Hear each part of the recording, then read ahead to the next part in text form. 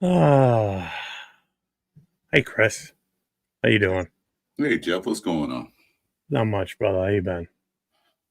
It's fair to middling. Just pouring rain outside. And I love the rain, but I hate being outside in it. Feels like it's been over a month since we've done a Friday night show.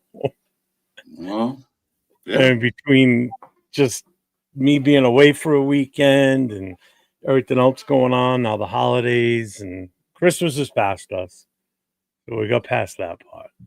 So, but as everybody knows, this is the last Friday night mic drop show. Yep. So we've got some people already in the backstage that are going to be coming on in a little while. We're gonna have some fun tonight, though. We're gonna we're gonna chalk it up. We got some shit to talk about the team. But Chris, how you feeling now? You Well, feeling all right? it's the last one. All good things must come to an end eventually. That we'll start new next year. Hopefully we'll be a better run organization. So with that being said, let's start this final Friday Night Live right goddamn now. Friday night, silver and black. No scripts, no filters, just real fans, real voices, real passion. This is Raiders Friday Night Live. One last mic, one last time. One last mic, one last time. Friday night, lights burn bright, silver and black under Friday light. No timeouts, no disguise, every take, no alibis. From the first pull up to the final word, every voice that needed to be heard. Wins and losses, laughs and pain, we stood tall through every game. One last mic, one last night, silver and black, raise them high, hands up. Feel that sound, Raiders in the tone, run it now. One last mic, no rewords, every word, every rep. If this is goodbye, we say it right. Raiders Friday night live one last time. This ain't the end, it's a chapter closed. The mic drops tonight, but the voices echo forever. One last mic! Raider Nation, welcome in. Tonight isn't just another Friday night. This is the last Raiders Friday Night Live mic drop for all the late nights. The heated takes, the laughs, the rants, the therapy sessions. This show was built for you. No filters, no scripts, just real fans, real voices, and real Raider passion. So if you've ever been in this chat, if you've ever jumped on camera, if you've ever grabbed this mic, tonight is for you. Friday nights are about to change after tonight. But right now, we go out the only way we know how. Pull up, get comfy, get on camera! Let your voice be heard. One last time. Let's get it. And with that, my friends, it's the start of the Friday Night Live show for the last time. You're here with me, 401 Raider Jeff, and my esteemed colleague and co-host for the last year doing this show, Chris 4 Raiders. We've been doing this show for a year now, Chris. Just over a year. Oh, yeah. And I think it's run its course, which is why we've come to the agreement that we're going to end it. We're going to stop the Friday night mic drop live show.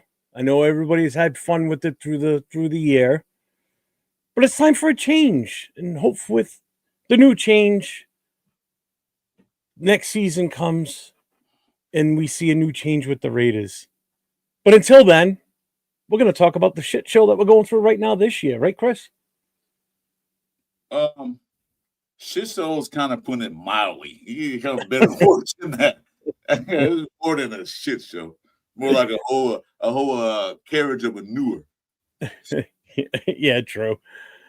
So, well, I hope everybody liked the intro, the little monologue voiceover that was done earlier today. So this was a homage to everybody that's been in the chat on the show with us for this last year. And we've enjoyed it. We've had a blast doing it, but I think we both came to agreement that it's run its course. So we're going to have some fun. So before we get rolling, let's hit the chat. Let's see who's in here with us. And then we're going to bring in two guests that are sitting backstage in a few minutes. So we've got Raider Will sitting back there. We've got Jay from Just Raiders Baby sitting back there waiting to come on in. I can already see Will back there dancing and jumping around. So he already forgot to take his Ritalin today. He's already fired up. Man, look at him. Yeah. So we got Robert Pena in the house. We got Jack Gustav here. We got Raider Ryan's in the house. I.e. Raider Mike. The tank is on. Apparently with Max Crosby sitting up, but we're going to get into that. Let's see. Michael Guerrero's here. What's up, my guy? Armand is here. What's up? Donuts Duncan is in the house. Raider Ryan again. Raider Way. Donut says our tank has officially started with the injury moves. Absolutely. AO's in the house. What's up, my guy? Linebacker you. Saying ain't so, Max. Yep. It's so. Is Deuce playing fullback? Who knows? See, Tony, Troy's in the house. Good evening, gentlemen, and happy holidays. Yes, happy holidays. Merry Christmas to everybody. Chris and I talked yesterday on Christmas Day. Chris actually called me up. I thought he was calling to just talk to me about something. And I'm like, dude, I got like 30 people in my house right now. I can't even talk. I don't know if you could hear the commotion in the background. I was wishing you a Merry Christmas. That's all. It wasn't even my side of the family. It was my son-in-law's family. His mom and dad came down from Maine. So everybody was here yesterday. I was going to do my phone list and wishing everybody Merry Christmas. And I appreciate that. I really do. Not Bueno's in the house. What's up? Video game Sunday for Chris. Yeah, you playing video game Sunday? Yeah, I just got a new one, as a matter of fact. It's a download right as we finish this show. Oh, what'd you get? Well, I don't know. It was a free game. I forgot what it's called. We get free games on PlayStation Store, so I just downloaded it. Brendan Sipple's in the house. What's up? This show is my intro into both of y'all, so say it ain't so. Yeah. Michael Smar, hello from Central Missouri, Raider Nation 573. Welcome. Let's see what else we got here. Everyone overreacting to Crosby leaving the building. He's just passionate about playing. Oh, absolutely. Yeah. Wow. Our guy, James Firpo, we got to do it for him. Raiders. Let's see. It's not a shit show. It's a total and utter bofferama. Oh, yeah. See, that's another word. Going to be at work at 7 to 3. Oh, God bless you, brother. We might still be on by the time you get out at 3. Who knows? Your birthday. Well, happy birthday, James Purple. Happy. Yes, happy birthday. Chris Brundage is here. What's going on, my guy? Oh, my lovely wife's watching. Hi, honey. Geomax is in the house. Let's see. Frank Webb is here. What's up, Frank? Hey, Frank, what's going on? Chris got the new game, Get Off My Lawn Simulator. Yeah. I wish they did have it. I'll buy it in a minute. Character runs around with a hose and just sprays kids as they're on his lawn. You get bonus. I don't get fired or not. I want a general manager to let us know who's in charge. Oh, absolutely. Will's there. He's in the back. See what I mean? He can't stay still. He's even typing back. He's still dancing around back there. He wants to get in the show. Joseph Haro, what's up from Oceanside? How we doing? That's everybody. Mm-hmm. That's everybody. So without further ado, we're going to bring these two gentlemen in now, Chris. You ready for them? You better bring in on Will before he breaks the camera, man. When he's jumping around. No shit, right? Or he's going to break his couch. His wife's going to be pissed. So we're going to bring Jay. We'll bring Jay in first. Yo, we'll wait a little longer. Deal, nation. What's up, Jay? What's up, man? What's up, Chris? How's it going, guys? Oh, you got a cold or something? I can hear it. No, your voice sounds a little off. Either that or you got a new mic. No, yeah. Just all right. Let's bring Ritalin boy in here. Oh my God! There he is. He's muted. And his mic muted. Yeah, what is going on? What is going on, baby? What's up? You know what, man? I've been so pumped up about this show. First of all, I want to thank you guys, man. This was like, honestly, when I started doing lives, this was the show I jumped on, and Jay told me, he was like, yo, Will, hey, if you jump on any show for the lives, you got to jump on those Friday nights, man, and put in that grind, put in that work. And I want to let you guys know that I appreciate it, man, and I appreciate you guys putting me on your platform and showing me love. At the end of the day, that's what it's all about. So thank you guys. I love y'all, man. And I can't wait to rock this show tonight, baby. Well, we're going to get right into it. So first we're going to say welcome to the last Friday night mic drop. Anybody that just came in, this is the last episode. So if you just got here for the first time, you're in luck, because hopefully there's going to be a fire show tonight. Hopefully we have other people pulling up once we put the link out there. But yeah, so this is the final show. So which is why I spent so much time. While you can.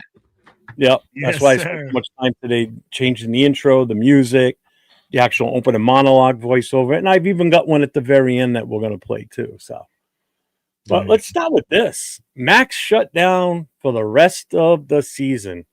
And obviously they're making a big deal out of it because he stormed out of the building. That's Max. I expected him to storm out of the building. He's passionate.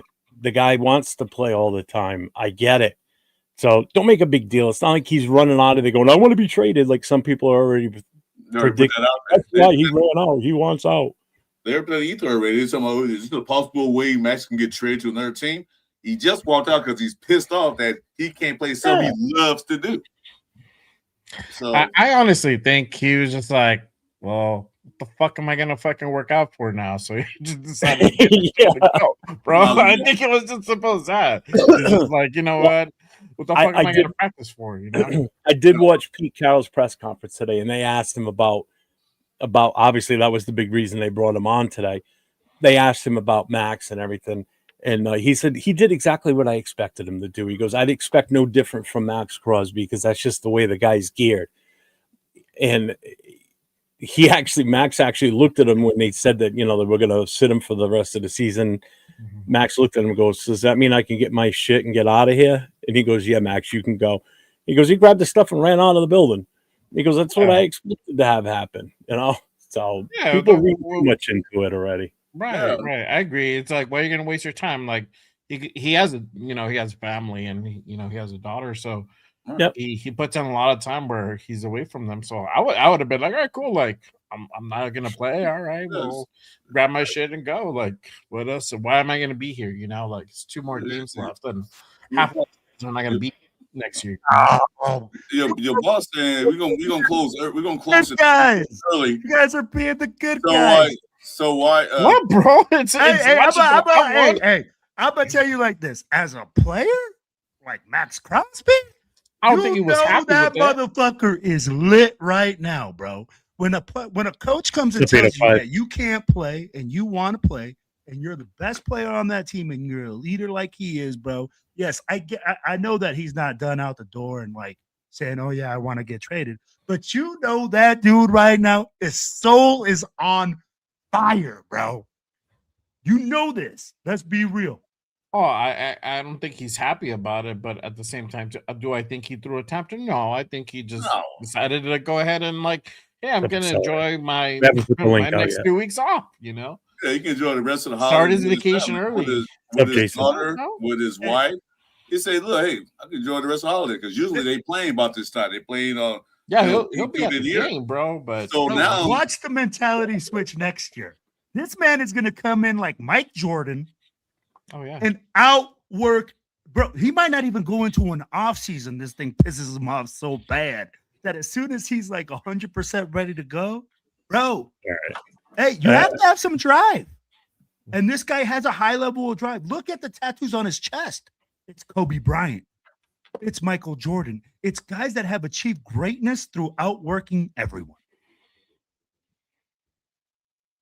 Yeah, no, I mean, I can go get those same tattoos on my chest, and it don't mean I'm going to outwork everybody. I know. But Max Crosby's not the same as us, bro. He I'm is trying to think the that correlation. What's a tattoo got to do with him? So does that mean I can get the presidential seal on my chest, and that means I'm the president? No, bro. Yeah, Hey, what I'm absolutely. saying is he has those type of aspirations to be great like that. He has those type of Puts in a lot aspirations. of work, bro. Yeah, he puts in a lot of work.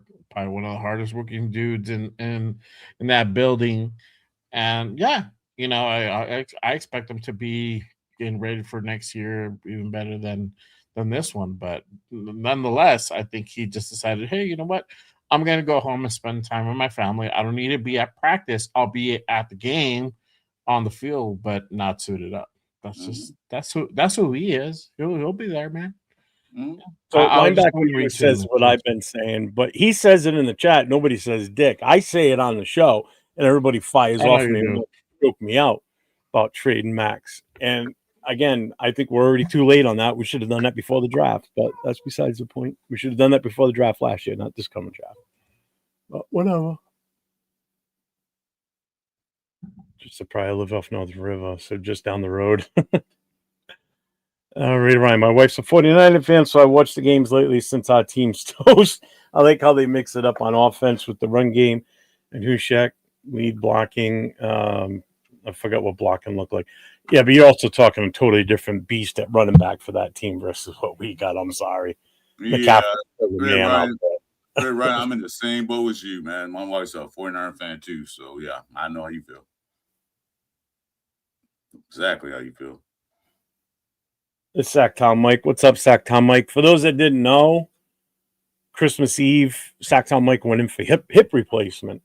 And he was home Wednesday night, Christmas Eve, after the surgery, and he was on the show Wednesday night. So he's a little sore tonight. So I sent him the link like I always do on Fridays. So he may or may not be able to pull up, but he said he would definitely be in the chat. So best to you, Mike. Hope you're feeling better. I hope you're on a quick road to recovery. So this is a surgery that's supposed to be live. He was on the show with me and Jason, and he looked pretty good. I mean, that's because he was all hopped up on Vicodin and shit. Yeah, that's probably what it was, because you couldn't tell he had surgery or not, because he said like he did. Yeah. And now my question is, so we know Max has been shut down. So who's next? Is Miller next? I hope so. I hope so too. But Pete Carroll did say that he's not active for this weekend. So he's definitely not playing this weekend. Mm-hmm. So if he's not playing this weekend, then why are we even going to think about even entertaining the possibility of having him play the last game of the season? There's no need for it. So not only is Miller a question, what about Genty? What do you guys think? Yes, no, maybe? He's a rookie. Let him get the play time. No, I don't think he'll get. I don't think he'll get completely sat.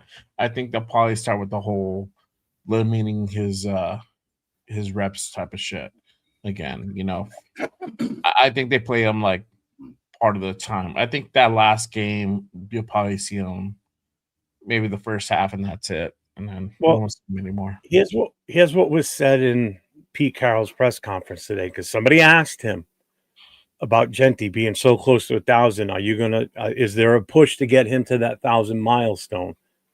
And he said that's always the benchmark for running backs, especially in their rookie year, to hit that 1,000 mark. He goes, "We're gonna try, but I don't know if this is what he said." And I remember this because when I heard him say it, I'm like, which is why I made this banner. His words were, with our offense. With our offensive game plan for the last 2 games, I don't know if that's going to be a possibility. What? So I'm taking that. Yeah. So I'm taking that as, does that mean they're going to sit him? No, that means we have planned to lose. That's what it means. We're planning to lose. And that was my next thing. Because don't forget, he needs 82.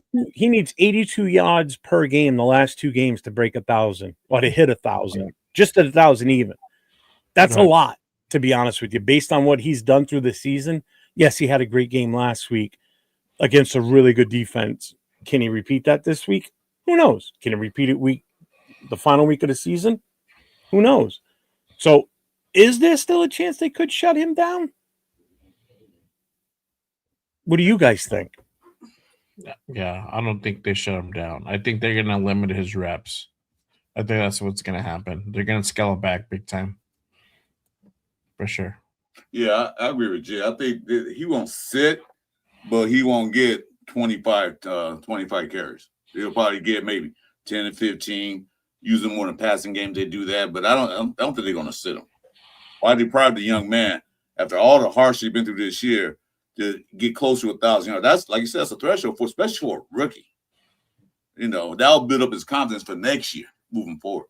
What's up, G fam? Bro, I'm pretty sure he has some type of contract thing where if he hits 1,000 yards, he probably got a little bit more money coming to him. You want a bonus? Yeah, a little bonus, a little something in his contract if he hits 1,000 his rookie year.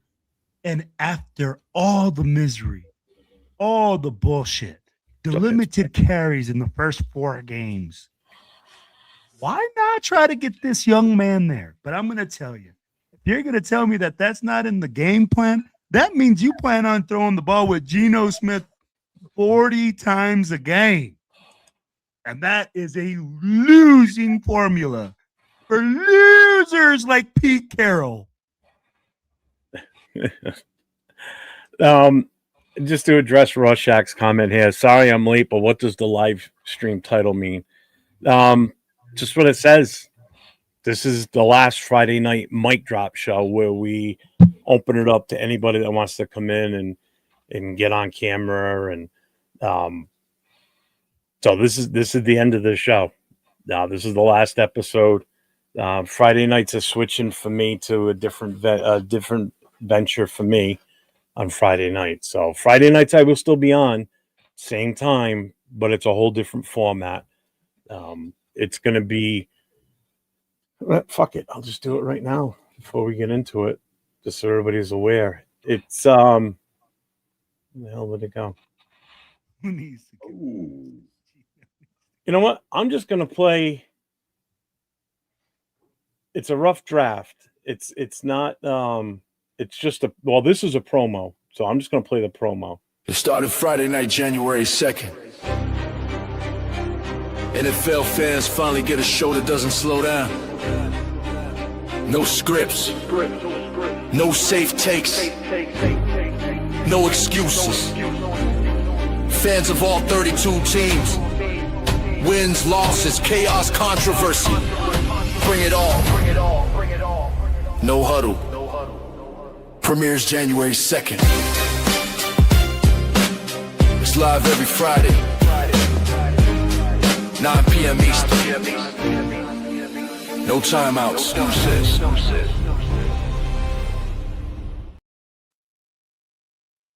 So that starts next Friday night. It's encompassing NFL fans regardless. It's not just a Raiders themed show. It's going to be open to any and all NFL football team fans that want to come on. It's going to be pre-selected who comes on type of thing. I'm not going to be dropping a link on the show and letting anybody and their brother pull in. It's going to be more of one-on-one with myself and another fan of another team, maybe even 2 or 3 other people on the panel at the time.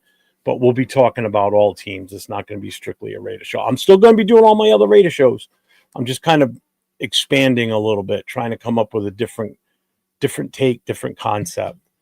So that's what it'll be starting next Friday night. So we've got a whole new intro for it and everything that a buddy of mine's doing. So it's actually pretty good too. So that's why this show's title what it is. Again, Chris and I have been doing this for just over a year, and it's kind of run its time. So it was great while it lasted. Trust me, we had some good Friday nights. Talk about a bad team for so long. And that's just it, too. You know? Let's be real, y'all. Hey, doing 4 shows, 3 shows, and we talking the same thing about how bad we are? Yeah. Yeah. What's up, Purple Giant? Yeah, it's just, I mean, it's so hard to have a positive show sometimes in with this current situation. We barely had any positive shows last year. This year's been even worse.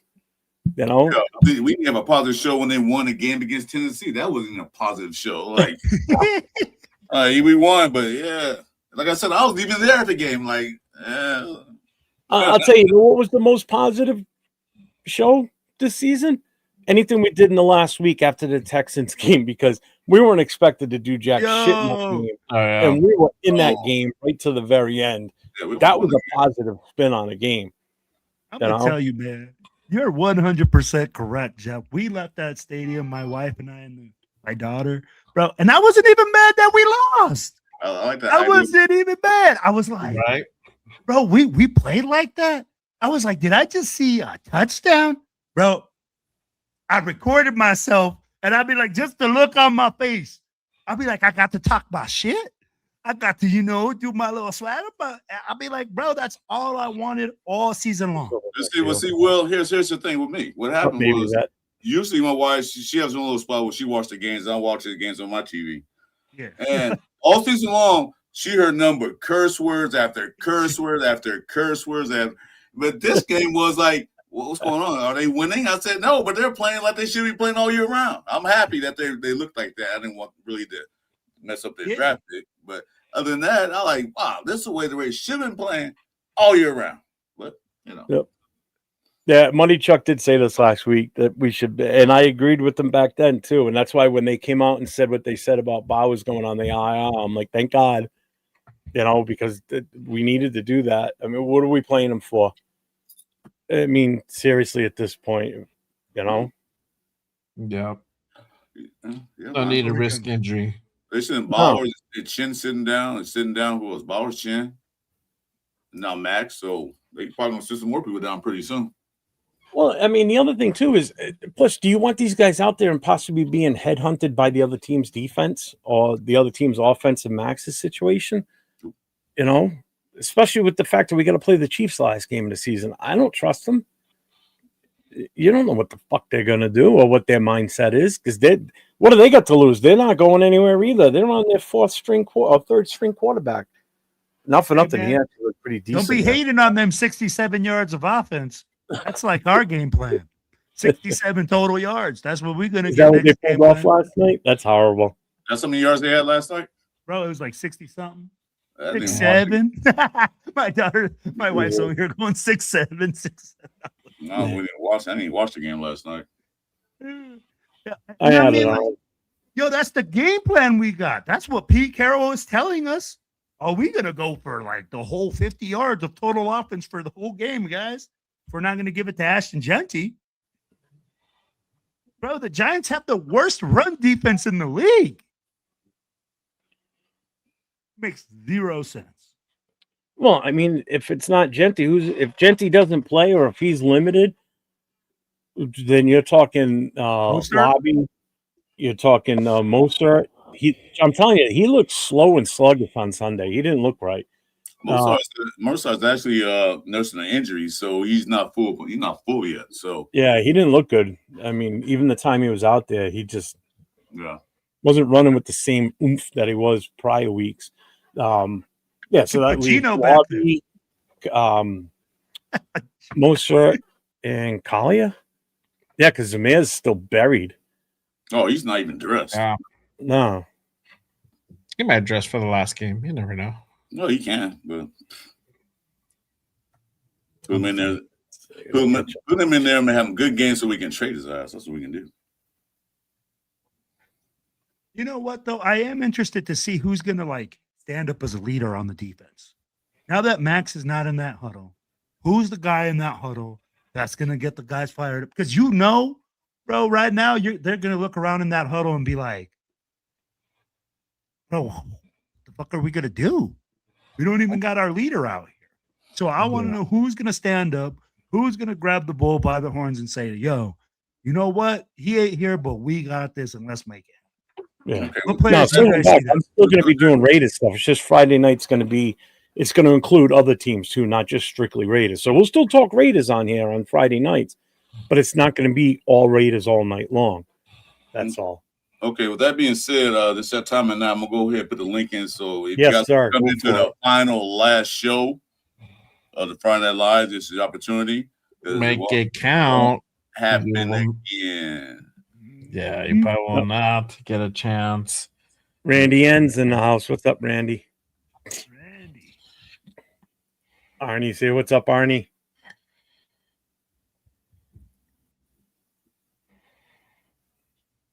Well, that was fast. I know he couldn't wait, huh? Jesus, you Let me jump in here. Dang, he's in. If you want to pull him up, I'm going through the chat real quick, just making sure I'm up to date on And I really want to pull him up. I'm fine. So I just saw your comment about secret love for the pit. Fuck you. what it is, man. You just have to run this whole elaborate thing so people don't really know what's going on. Yeah. I want to talk Patriots all the time. Fuck them. Jeez. Hey, I got some love for Drake May. I'm not going to lie. Drake May has proven himself to me. Well, that's what happens when you get a good offensive coordinator and a head coach that believes in you. Yeah. And you I build got the no line. love for the enemy. Fuck those guys. Oh, I still don't like them. I barely watched like Wrong. half a quarter of it, bro. What's like So, the last guy- 5 minutes of the fourth? Guys, how obvious do you think both teams are going to be about trying to lose? Bro, how obvious are we right now? We just sat Max Crosby. We're probably going to, we said Aston Gentry's not part of the game plan. I'll be like, we're pretty much just saying, hey, let's just Arnie, back up. it's a 0. I see a whole lot of going for it on 4th and 15 this game. Jesus. That's what I see happening. Hey, I'm going to ask you guys a question. What happens if this backfires on Pete Carroll and all these Already has. backups come in there with the freaking like wild hair up their ass and we play like we're fucking our hair's on fire? What does Pete Carroll do then? I don't think that would actually quite happen, bro. The talent's not there. Hey, You I'm know. just saying. I'm asking a metaphorical question here because hey, Metaphorical. I don't know. I don't bro, believe I it. didn't think we were going to be close with the Texans. I didn't. I wasn't expecting we were that gonna be to close come with us. the Texans. I wasn't surprised we were as close because the Texans honestly played like shit. That's a lot that had to. Yeah, also half do with of me that. thinks that they did that on purpose just to make the game entertaining. Well, they didn't take us seriously. You know, literally, we just got skunked the game before. So, you know, why would you? And like, okay, we can go ahead and not really put a lot of effort in. We're gonna still pull out a W, and that's what they ended up doing.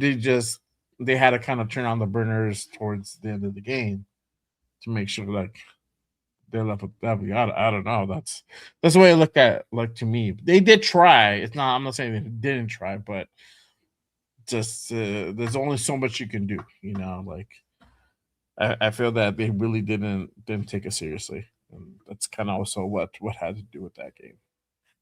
So I got a question for you guys, man. What do you think of this whole possible firing of Dan Campbell going on? And if he does get fired, would you want to bring him here?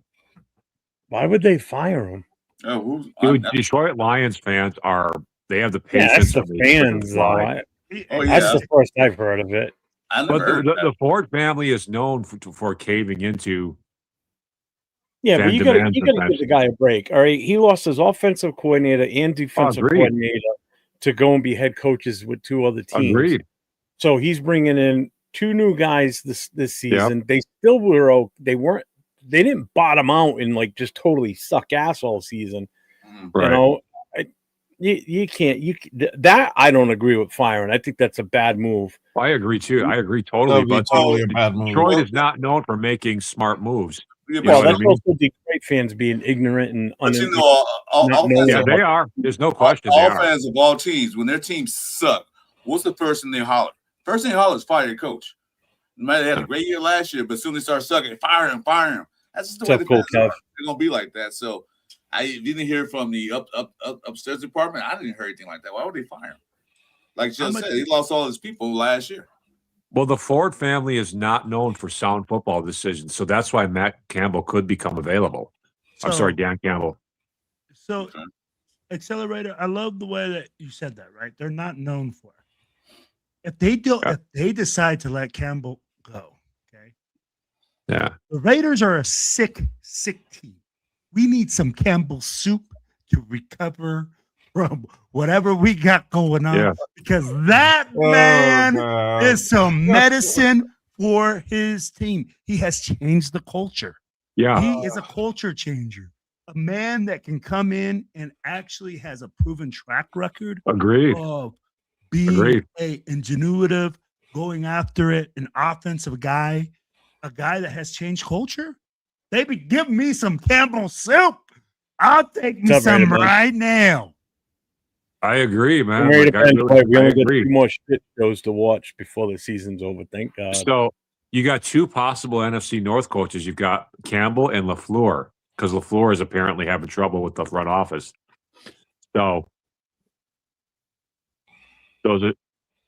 Then LaFleur is a darn good coach too. I don't think he's as good as Campbell, but he's good.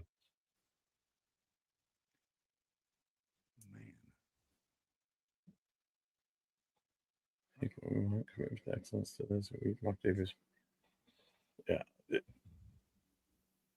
Otherwise, we could pick up Jonathan Gannon when the Cardinals fire him. Yeah. I just all I know is I don't want to retread. That's all I care about. You want to I take don't Campbell? want Gruden 3.0. Absolutely freaking I not. don't think they fired Dan. Dude, what if? Campbell, What to be problem? Why honest. does people have problems with Gruden? Gruden Even was on a good coach. Yeah, because mean, I'm gonna tell you like this, man. I'm like, just like Pete Carroll, the time has passed him by. Hey, the same thing's gonna be there. I'll be like, what are you gonna get with Gruden 3.0 that you didn't get with 2.0 and 1.0? Exactly. Gruden 2.0 got us to the playoffs. Again, hey, like, what are we gonna get with him at 3.0 that we didn't get at We're gonna have 2.0 to or wait another 1.0? 5 years for Exactly. playoff appearance. That's what's gonna boil down to if you come back with Gruden. Mm-hmm. He doesn't draft well. Is he even seriously in the considerations right now, or? I don't think. I think everybody's just guessing right That's now. just the fans are talking. I don't think it's a consideration. That's just the fans hollering for him. Because For I who? For wonder Gruden? what he did. I wonder who the Raiders are really looking at.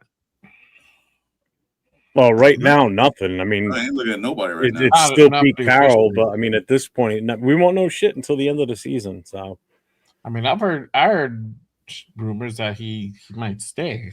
yeah. There's That's rumors. So we don't even know. We need to get through phase one, which is what's going to Getting through happen. the season.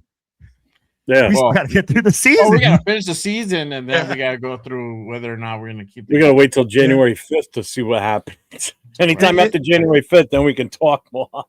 Yeah, we didn't even know. Remember last year we had to wait 3 days, 2 days, Like something till the that? 20th or something like that, or 18th. Well, he did a press conference, and the next day the candle. Yeah, me and Jed did live on that day. We was like looking at it like, hey, look like AP's going to stay. Next day, what? Next day, Jeff fired. Like what? Then 3 days later, they fired. What's his name? Telesco. Like Jesus. So we still get. Oh, go. I'm sorry, Chris. Go ahead. No, go ahead. I said we don't know what's going to happen. But here's a question for you, Mr. Hoble. If they fire Pete Carroll, what coach will want to come here if they see what the Raiders do to their coaches? You know what I mean? Well, but we have a different office now. That's the thing. We've got Spytek and we got Brady, and Campbell and LaFleur would probably trust Spytek and Brady a lot more than front offices past, if you know what I'm saying. So I feel like the revamped front office is helping us. So Spytek's got a good reputation. Brady's got a good reputation. So, I mean, that will attract more coaches, I think, than what we've been able to attract in the past. You know what's going to attract a coach? Us solidifying the number 1 draft pick. Because if you want to have any hopes of bringing in a guy that you want, a younger coach that's going to help groom and grow a rookie future franchise quarterback, and let's say Mendoza, I'm just throwing the name out there, don't anybody kill me. Throw out Mendoza's name with the number 1 pick. That's enticing right there. Let's put it this way: if Cliff Kingsbury was available at the time and we had the number 1 pick, he would have come here that year.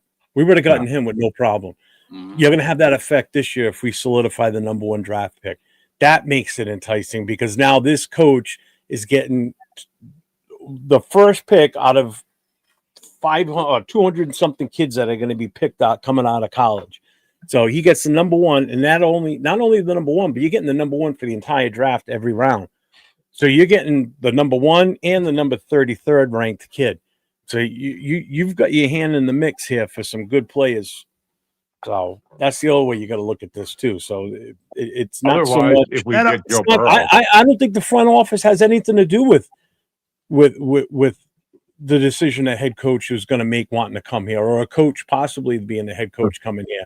It's going to be that number one pick is going to mean a lot. I'm telling you that's a big selling point, and the no sales tax. coaches have avoided us because of our front office for a long time, Jeff. Yeah. Jeff, coaches have avoided us because of our front office for a long time. I'm not taking that into consideration this time. I'm telling you, that number one draft pick will speak volumes. I'm telling you. Oh yeah, you back up with Brinks truck in your front door. Okay, bro. I don't care. I don't care. I'm gonna be here a year. I'm gonna get my $20 million, 25. I get what you're saying. Whatever it is, it doesn't matter. But I think the thing that's going to be really enticing is the sense of direction, and that's what we kind of didn't have before. We still don't right now. What we need. And to answer your question, I don't think any coach on this roster, on this staff right now, is truly a Raider. None of them. I agree with you. Probably. Can we stop with this whole thing of Tom Brady actually being an active owner on the team? And that's why I don't think it has an effect. He's irrelevant in the fact because he is an absent owner. If you are a hands-on owner, then that means he would have to quit his job at Fox and give full time to the Raiders. That for him to have that type of weight, for him to come in and say, "Hey, this is our guy. Let's just get off our high horse and think that this guy can do it from a fucking broadcast booth." He needs to be in the trenches. And I don't think he'll do that. I don't think he'll give up the job at Fox for whatever $500 million. He's getting $300 million for that. The 300 and something million for that contract. And the other reason I don't want Gruden, because Gruden will bypass Spytech because he's got Mark Davis is there. He will go and he will go around Spytech and go to Mark Davis. And next you know, Spytech's basically not even a true GM, but everybody's going to get pissed at Spytech because the decision's being made that he won't have his hand in anymore because it's Gruden, and Gruden's got a direct path to Mark Davis's office, and Mark Davis will do whatever Gruden asks because he still loves the guy. That's the reason he brought him back for a second go around with us, because he was trying to bring that spark back that we had the first time. And that's the other thing. Gruden had way too much power as a head coach. Way too much. What if we wrestled Joe Burrow away from the Bengals? That might attract a coach here too. What's up, Joe Conway? Like people have been talking about. It's going to be costly. That's the only downside. Well, when you look at what are you willing to give up? Two number give up a couple first rounders. That's Joe Burrow we're talking about. That is Joe Burrow we're talking about. Is he gonna quarterback in the league? The only people better than Joe Burrow. Hold up. The only people better than Joe Burrow, Patrick Mahomes and Josh Allen. That's it. So Joe Burrow is worth it. Is he going to make this team a Super Bowl contender? Hell yeah. With no other help. Just Joe Burrow? Just Joe Burrow. Joe Burrow? No. Here's the thing. Joe Burrow coming here causes a ripple effect. Linemen are going to want to play for him. They don't play for him in Cincinnati right now. That's because Brown is a crappy owner and doesn't want to pay his linemen. That's what it is. But you said the linemen are going to want to play for him. They're not doing that in Cincinnati where they get paid or not. They're still there. Yeah. But like Brown just refuses to get better linemen for Burrow. That's what's going on there. Doubt Burrow. And we have a better line. And we have a better line. Is our line that good? I don't think so. No, but we'll be willing to spend money to get some linemen, is what I'm saying. We get Joe Burrow, we won't have any money. That's just it. Yes, we will. We've got a lot of money to play with. It seems like we do, but we really don't. We got how much is Joe Burrow's contract? We got $116 million right now as it stands today in the Bay. We're number 3 in the league and the salary cap. What's that up, money Simon? will go real quick if you pay Joe Burrow, because he's making like $40, almost $50 million now. Well, somebody even asked me this the other day. Like, what if we got Joe Burrow, and then if the coach from Cincinnati gets fired, we could hire him because he's already familiar with Joe Burrow. I said, oh, slow down. Because here's the problem with that. He couldn't get it done in Cincinnati with Joe Burrow, Jamar Chase, and Higgins. And you want him to come here with all we have is Brock Bowers? We still don't know the full extent of how good Genty truly is because we Right. just haven't been able to see that from him, and it's not all his fault. I'm not blaming him. But the only true receiving threat we have is Bowers. So if the coach couldn't get it done in Cincinnati with the firepower he had there versus what we got here, why the hell would you want that? Yeah, And I I'm not agree. talking Joe, I'm talking the head coach, but Exactly. even Joe Burrow. If you're going to do something like that, you still have to address the elephant in the room, and that's the offensive line, folks, and a true number one wide receiver. 100%. Our number one target, yes, is Brock Bowers. The safety valve is Brock Bowers. But he needs someone else to complement him out there. We need somebody that can be that Jamar Chase type of guy that Burrow can throw the ball to also instead of just throwing it to Brock or throwing it in sweeps out to fucking out to Genty, who's actually damn good as a receiver too, by the way. You know, so Yeah. bringing just Joe Burrow in is not going to save anything. I've said this before. There's no quarterback, past, present, or future right now that could come in and win us games with the way this team is presented on the field. Right now, as we speak, no way. The one that could possibly maybe even come a little bit close to winning a couple more games might have been Michael Vick because he was just a pure running quarterback and was just so athletic. Other than that, there ain't nobody out there that could win with this. I'm gonna say it like this: you better call back to 1983 and call Dan Marino and get him out of Pittsburgh because that's the only guy that can make stuff happen on this team. Okay, that's the only guy. Wouldn't be able to block for him. He'd still get eaten alive. He'd be hit. You guys bust AOC's balls for not being able to move. Dan Marino ran. Don't you remember early Dan Marino? You remember old Dan Marino. You don't remember even early Dan Marino. He didn't run that much. What Dan Marino had was fast receivers. Monk and the other guy had fast receivers, and Dan Marino had that. Clayton and Duper. Yeah, quick release. That's what Dan Marino had. Quick release. That ball got sent so fast. Defense line to have a chance to get to him. So that's what he had going for him.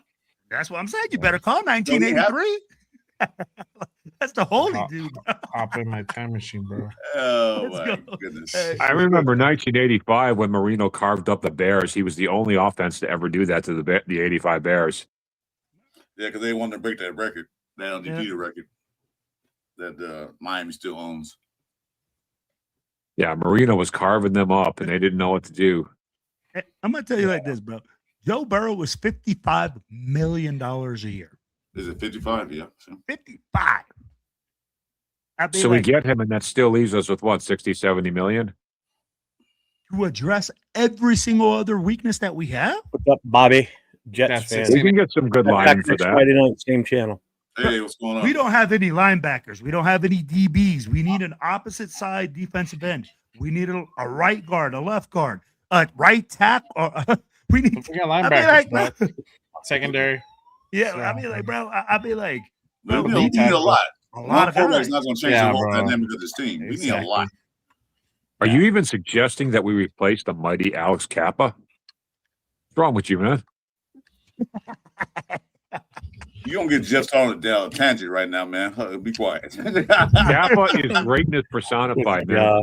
Kappa is the second coming of Chad Clifton. Coupon John at his best, bro. In Kappa, bro. And I'm gonna tell you like this. Hey, John Spytek, bro, is on the clock this year. If you, bro, don't make any moves in the offseason and don't bring anybody in to help this team out, there's a lot of questions I have. Because this team needs a whole lot of help, and there's a whole lot of guys that are going to be available. But, hey, we said that last year. We had a lot of money last year as well. Mm-hmm. We didn't make any moves. I love the Devin White. I think we should re-sign Devin White. You know, I think he did I don't know how I missed that. I'd be okay with parting ways with Devin White. Just real quick, shout out to Stephen Conway with the $1.99 super chat. Jay, I think that was on your channel. Yeah, that was on my. I appreciate you, Stephen. Thank you, brother. Salute to you, man. Hope you had a good Merry Christmas. Giants he fired. Just sent it to himself. And I'll say what, Dayball wasn't the problem in New York either. I'd take Dayball as an offensive coordinator. I'll take you. 24 hours a day, 7 days a week, man. I'd take him in a fucking heartbeat. You know, Kappa has been pretty good at so center. let me ask Maybe you that's what he was why supposed would to be we doing take all Dayball? along. Hey, let me ask you this: why would as we an take offensive Debo? coordinator, Yeah, as a Coordinator, coordinator, I would. Oh, okay. not the Okay. head coach, coordinator. Coordinator. Yeah. Okay. Because I think he's that same thing with like McDaniels. McDaniels, not a good head coach, but a great offensive coordinator. Dayball, great offensive coordinator, not so much as the head coach. You know, that there's that makes few out sense. there that are good to great offensive coordinators that can make that transition. Obviously, McDaniels is not one of those because he's proved it once in Denver and he proved it with us. You know, those season and a half with us was a goddamn disaster. Yeah. I've never seen a players revolt against a coach in any team in the NFL ever like the players revolted against McDaniel. That was that was something that you just would think you would see on a high school team or something, but that's how bad he was.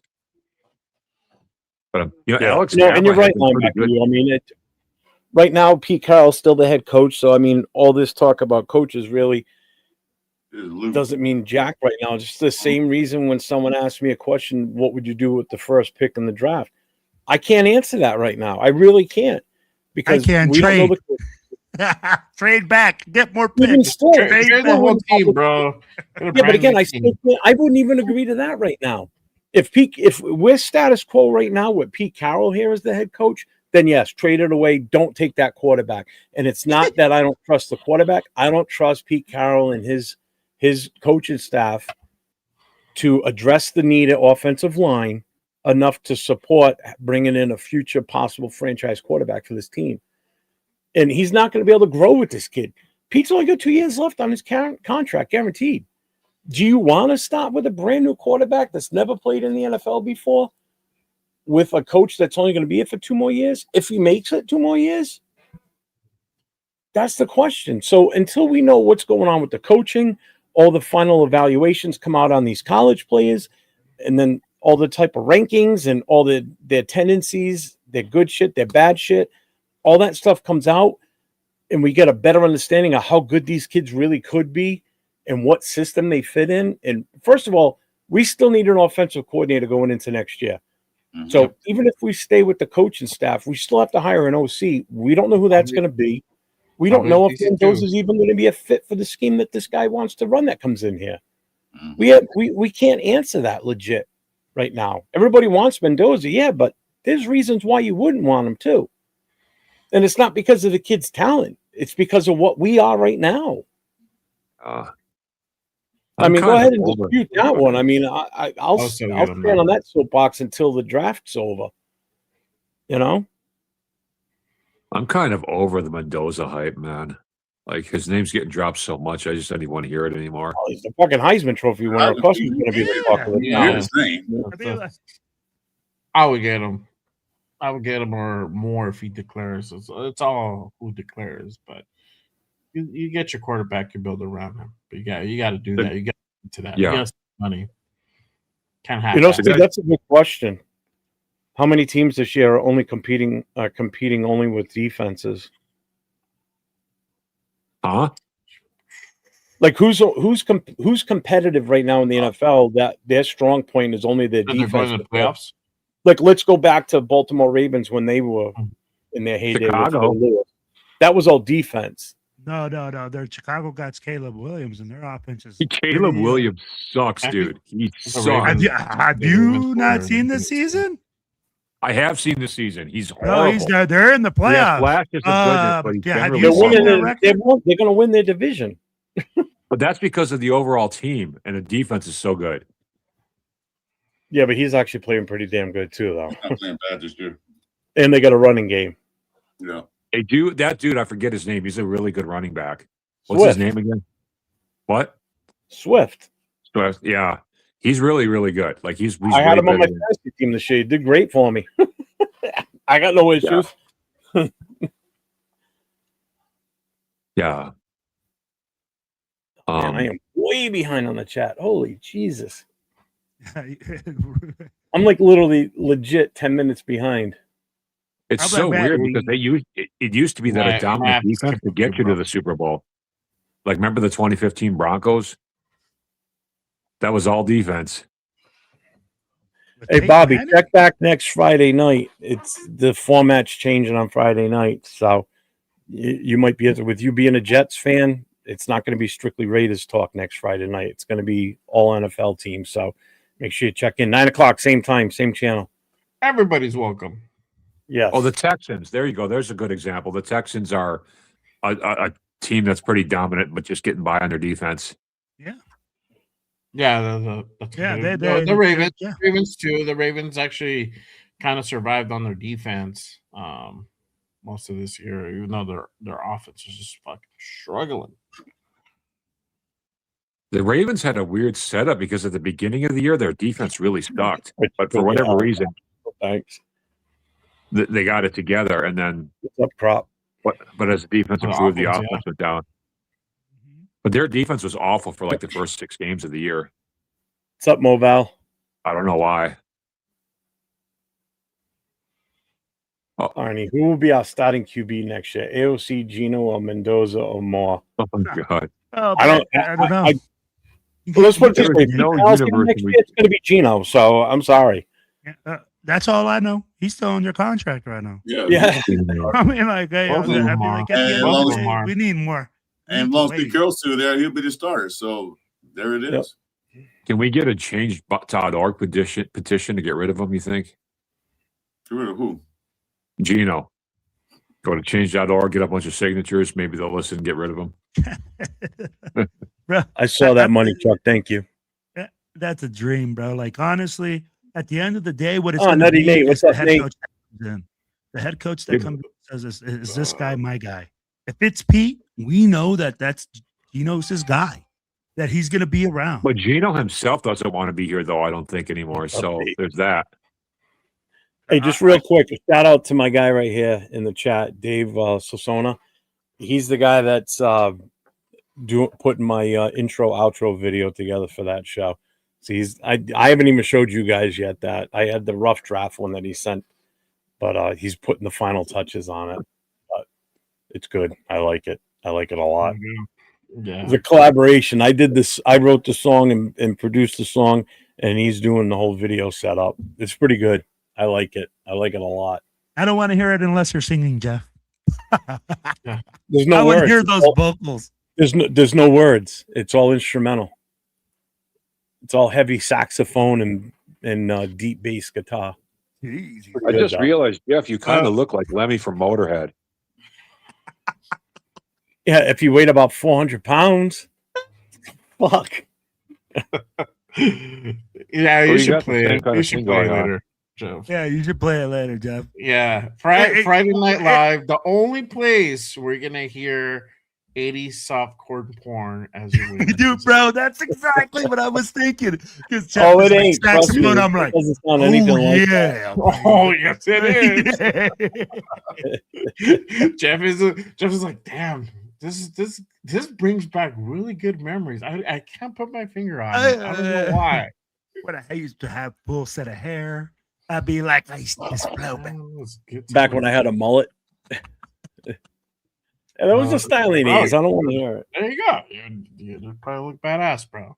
Business in the front, party in the back. Yes. Exactly. Oh, you're in New York City. What bar are you at, man? Oh, please tell me you're at Peter Dillon's.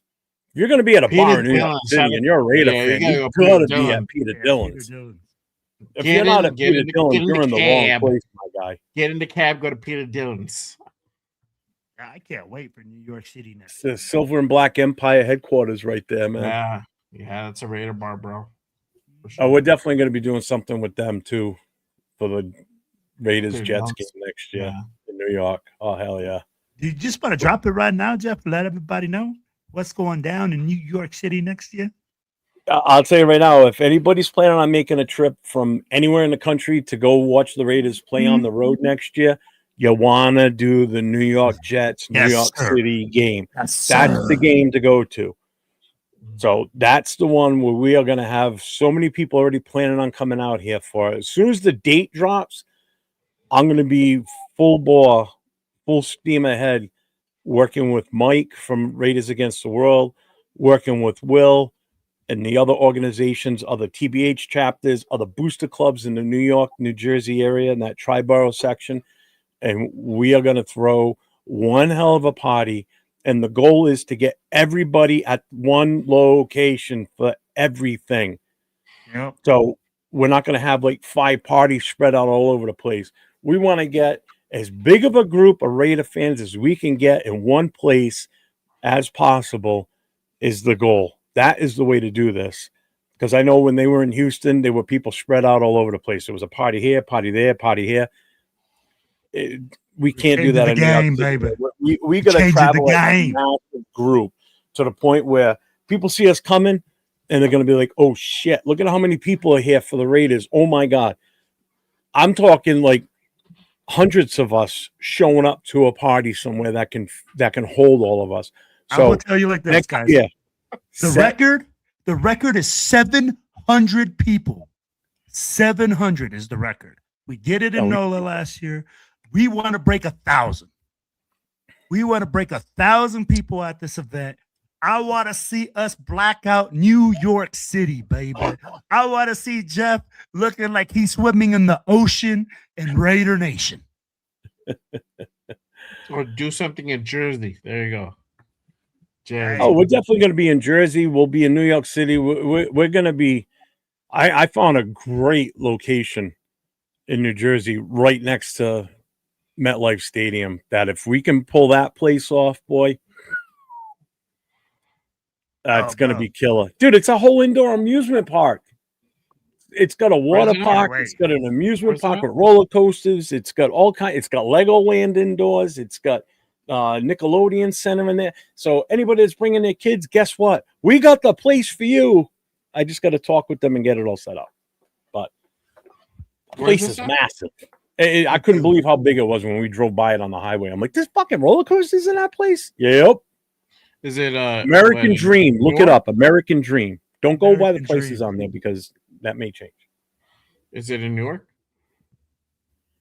No, it's actually in the Meadowlands. It's legit in the Meadowlands. You're on 95. It's right. The build. I could throw a rock at it from the car driving by, and I'd hit the building.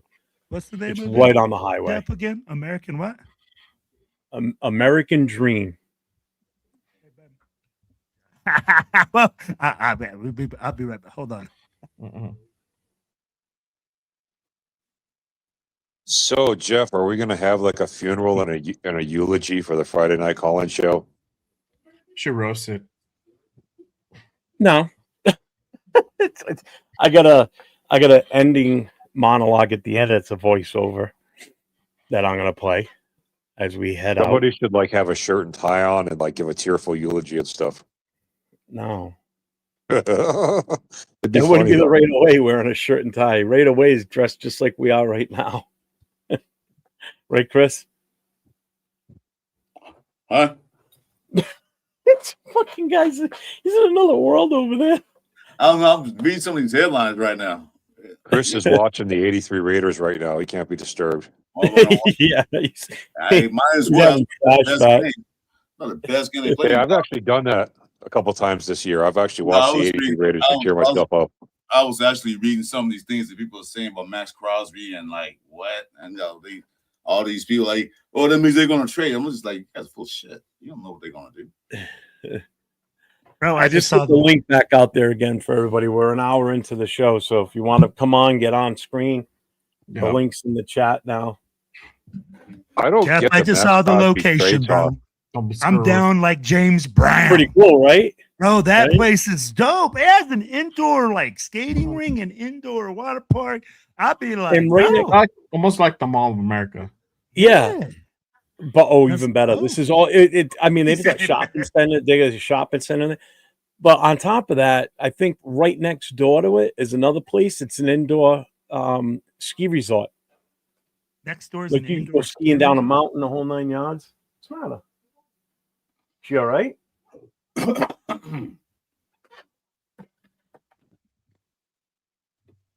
Oh. So yeah, I can't wait for next year. That's gonna be a great weekend. And we're still gonna have New England on the ticket too for that week. That's for next season. And the way it's looking right now, it's probably gonna be New Orleans is one of the other East Coast. Not so much East Coast, but this side of the country. South Coast. because they're New going to Orleans is playing very well lately, man. They've started to really but turn they're it dead around. last. So that's all that matters. They're dead last in their division. Yeah, but they might be scary next year, is what I'm saying. I'm not worried about them. Even if they are, who cares? Again, people got to remember when you go away to these games, yeah, you want to see them win and everything, but it like when I went to Philly, I knew we weren't going to win that game.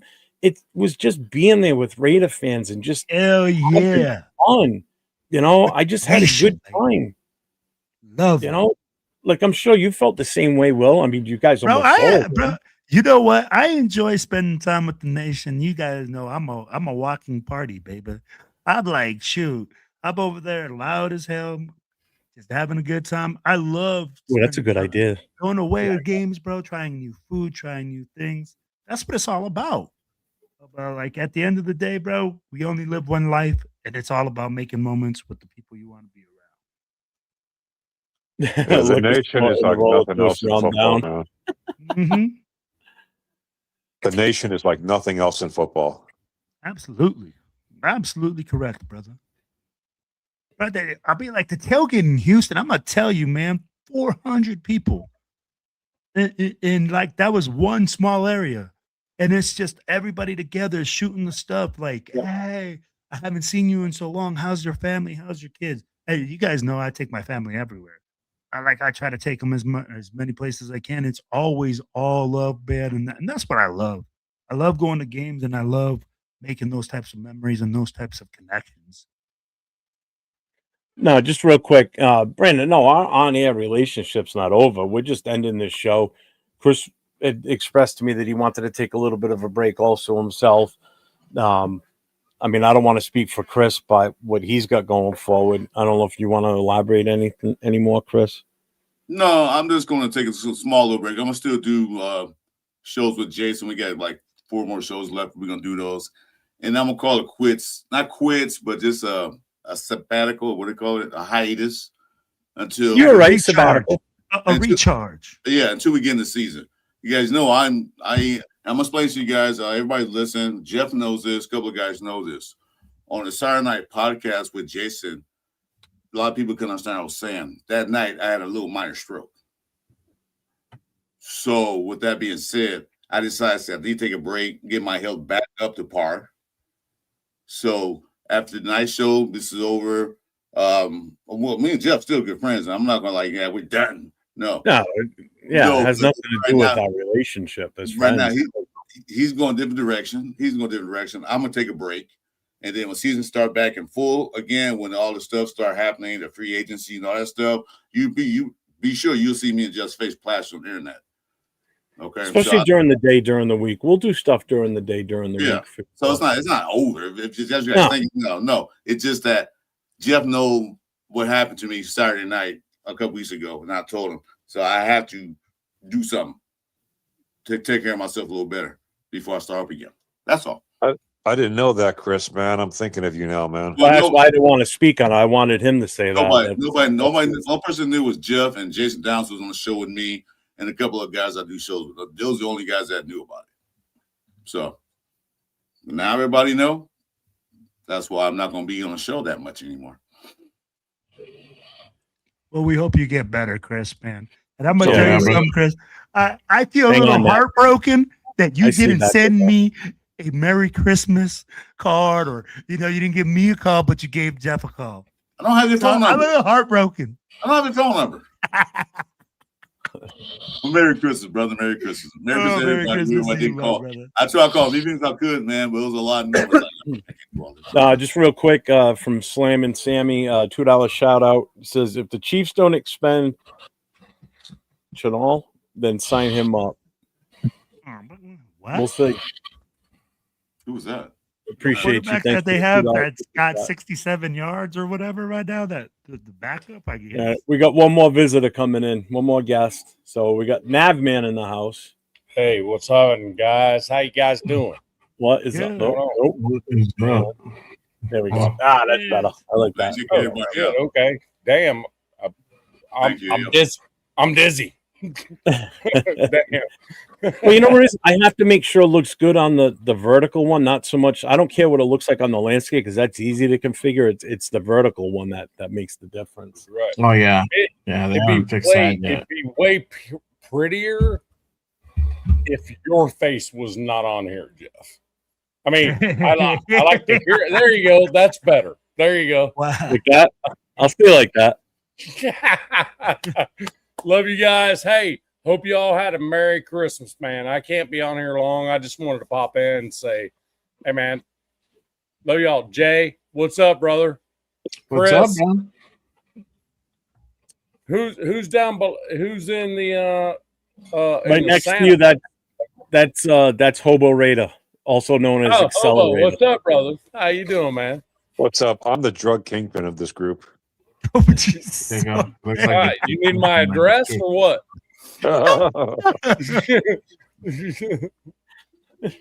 Hey, how you guys What's up, doing, man? man? Nice to meet you, brother. I've seen a lot of the stuff that's going on there. I mean, thing about it is, as we go forward, to be honest with you, it's all speculation until it's a done deal at the end of the season. So I don't work myself up because 54 years of being a Raiders fan, when I work myself up for this kind of whatever it may be or whatever it could be or whatever else, it just makes my life worse. So, you know, so it's just one of those. So I don't know. Ask me a question, I may say don't know. What's up, Martinez? Hey, just real quick, I just want to give a shout out to Chris. I don't know if you saw all the chats in here about you, but just give a shout out to everybody that made mention on Chris and well wishes for him in the future and everything and feeling better. So thank you for that. Yeah, I appreciate that. Trying to highlight them as they pop through here. That's one thing about the Red Nation. We're not only football fans, we also family. I appreciate everybody said something. Appreciate it. Yeah, even when you're an asshole, people still Which is There you go. pretty much Exactly. the moment I he mean, look wakes at me. up. I mean, look at me. I Yeah. mean, I'm the biggest asshole on the screen. That makes the Red I love Nation. them. That's what makes the Red Nation. We're all assholes. Damn it. You're right, exactly. We don't take shit from nobody. That's a funny stuff, Oh, man. Sweet James is here. Let's bring Sweet James in. Sweet James, give us the gospel, brother. Sweet James. Hey, What's up, salute to Jason? everybody, yo. All right, so I know that I have my microphone on, so I just wanted to tell you. I mean, what could I tell you? Between for the next year, I just realized that Raider Nation is not over yet. Because I understand that some players got injured, something like that. But I think it's gonna be like something to change it all around for the next season. And I really understand that we need a new quarterback, we need new offensive line, we need everything. I mean, cash in on it. Because if we have enough cap space, we are ready to do that. Because I understand between for the free agency and the draft, just spend everything. Because we need to invest in new offensive line. Because I understand this offensive line, it definitely sucks. Because we need to invest in a new one. So we can have it to learn and how to deal with it. Okay, so I just finished right now. Damn, Oh. is that it? I was waiting for. Wait. Yeah. Yeah, you're right. I thought there was like the big finish. I was waiting for the big finish, bro. I was waiting for the big finish. Hey, give us that big ending, man. The motherfucker. Hey, somebody had Yeah. too much eggnog. Somebody had too much eggnog. So I got a message here from Kona, Spence Broncos Buzz. He goes, "Hey guys, thank you, Nadman, for jumping onto our show. So the game between LV and New York is going to be fun to watch. And from an ethical standpoint, who's going to tank better? Oh, it's the absolute toilet bowl game this Sunday. Who's the worst team in the NFL? Who can suck more than the other team? So Sorry, been tagged. Hey, Hashtag Jeff, the thing about it is if you fail in life, OG, hold on. and then you go try to fail and you fail at that, then it's a little bit, it's rough. Yeah. You know what I mean? So we got one more person coming in. We got Mr. OG Daniels in the house. Oh, hey, what's up? It's been a minute since you've been on. It's been a while. How you been? Can't hear You're you. muted. Yeah, Can't hear you, turn Mike. your microphone on there, big dog. Oh, give 1 second. Oh, let me put these high-tech earphones on. Conor, I think we're ahead We're in that already one. packing it. Yeah, we're already packing up Max Crosby. Yeah, we packed Max Crosby. We packed him up there for you the go. season. Bowers is on IR. He's Oh, here we already go. he's already home right now Here we go. celebrating Christmas or New Year's with his kids' family. Already. He's there already. He's like, hey. Yeah. Let me ask you this. Why did we put Jordan Meredith on IR? Out of all the players, we put Jordan Meredith. I actually know the answer to that one, Willie. You want to hear it? Still can't Yeah. hear you, OG. Hit me with that, hobo. Well, I was reading up. Hang on. Just hang on 1 second. I want to make sure OG's mic is. Try again, OG. No. No, I can see him. I can see your mouth moving. I can't hear anything. Let me see if it's a setting. Right, that's kind of the way I feel with Chris, even if his microphone is on. Yeah, I can't hear you. Yeah. Chris, you're supposed to laugh at that. Come on. Why would I? but damn. Come on. That was fun. I don't laugh, period. So that's really Yes, you do. I had you laughing the other night. Don't lie. That wasn't you, that was the alcohol.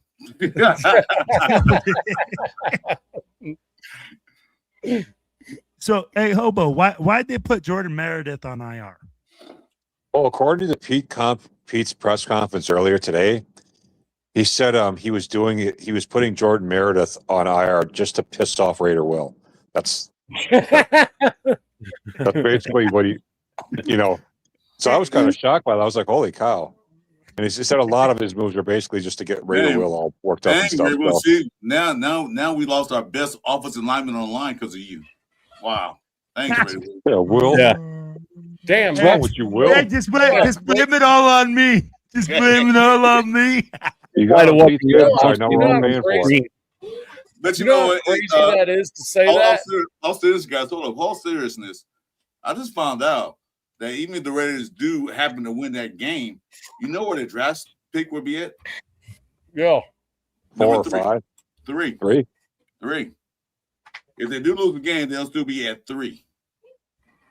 So Either way, the Giants don't want to win because they want that draft capital so they can trade with some other teams, get some more, draft space. Raiders, I don't know what they want to do, but they'll go number 3. So it's not like they'll go to 2 to 8 like they did before in the past. They'll go to 3. See, and this is what scares me. If we do end up sticking with the number 2 pick, I'm worried about the Jets wanting to move up because they've got a ton of draft capital and they could easily, and the Giants will probably do it because the Giants don't need a quarterback. Jets do. The Giants could swap picks with the Jets and take a boatload. They could take in one hell of a haul from them. Yep. With what they have available for draft picks. So that's why the Jets still scare me in this, even though they're not even close to getting the number 1 pick. They could easily make their way in there. And that's what the Giants are banking on. They hopefully get that number 1 pick so Jets can hey, I will give you all these picks for that 1 because they're gonna want a quarterback automatically. And we all know New York Jets are a place where quarterbacks go to die. Well, here too now. Yeah, I wonder who's had a worse run of quarterbacks between us and the Jets. That would be an interesting comparison. Oh, you know what would be interesting? I think it's the Jets because they keep drafting them first round every time, and they all suck every time. We're not doing that. We're just bringing in guys that we think are good, and then they just being shit. Definitely the Jets. When was the last time they've been to a playoff game? Well, they went a couple years ago, but when's last time they had a good run? Something. 1990 something. I think the Jets were in the AFC Championship game. Name all the Jets superstar quarterbacks. Name all of them. Ken O'Brien. That's Ken O'Brien and Joe Namath. Those are the only 2. Let's see. All right, ready? Sam Darnold. but he's not a Jet now. No, when they were on the team, not when they played for another team. Oh, I got you. Oh, I'm talking about that Walker team. That's another one. Yep. No, that was a butt fumble. No, you can't It's a count. very short list. Yeah, butt fumble. Oh, Dude, it's you Ken mean O'Brien and you Joe mean that are Namath. There is still no with one the else. team? Ken That O'Brien, I stayed forgot with about the him. team, Yeah, you you're mean? right. Yeah, I got you. Yeah. What was Hey. his name? Todd. Who? Who was the quarterback in the 80s? He came out the same time that the Patriots had Tony Eason. No, that Richard was You talking about like the mid '80s? Wasn't it Richard Todd? no. Are you talking about the mid '80s? And they had Rick Meyer at one point too. But see, there you So go. did now. we. Everybody had everybody had Rick Meyer You- just ask Notre Dame. You proved my point right because you can't remember that guy's name. That's how bad it is. They got Ken O'Brien in '88, I believe. Yeah, Oh, Ken yeah, O'Brien. Yeah, but And they then, had a Todd too. Jason said Todd Blackledge. But That's that's how the only. Todd Go ahead. I'm Blackledge, sorry. Yep. Yeah, Todd How did Aaron Um, Rodgers do there?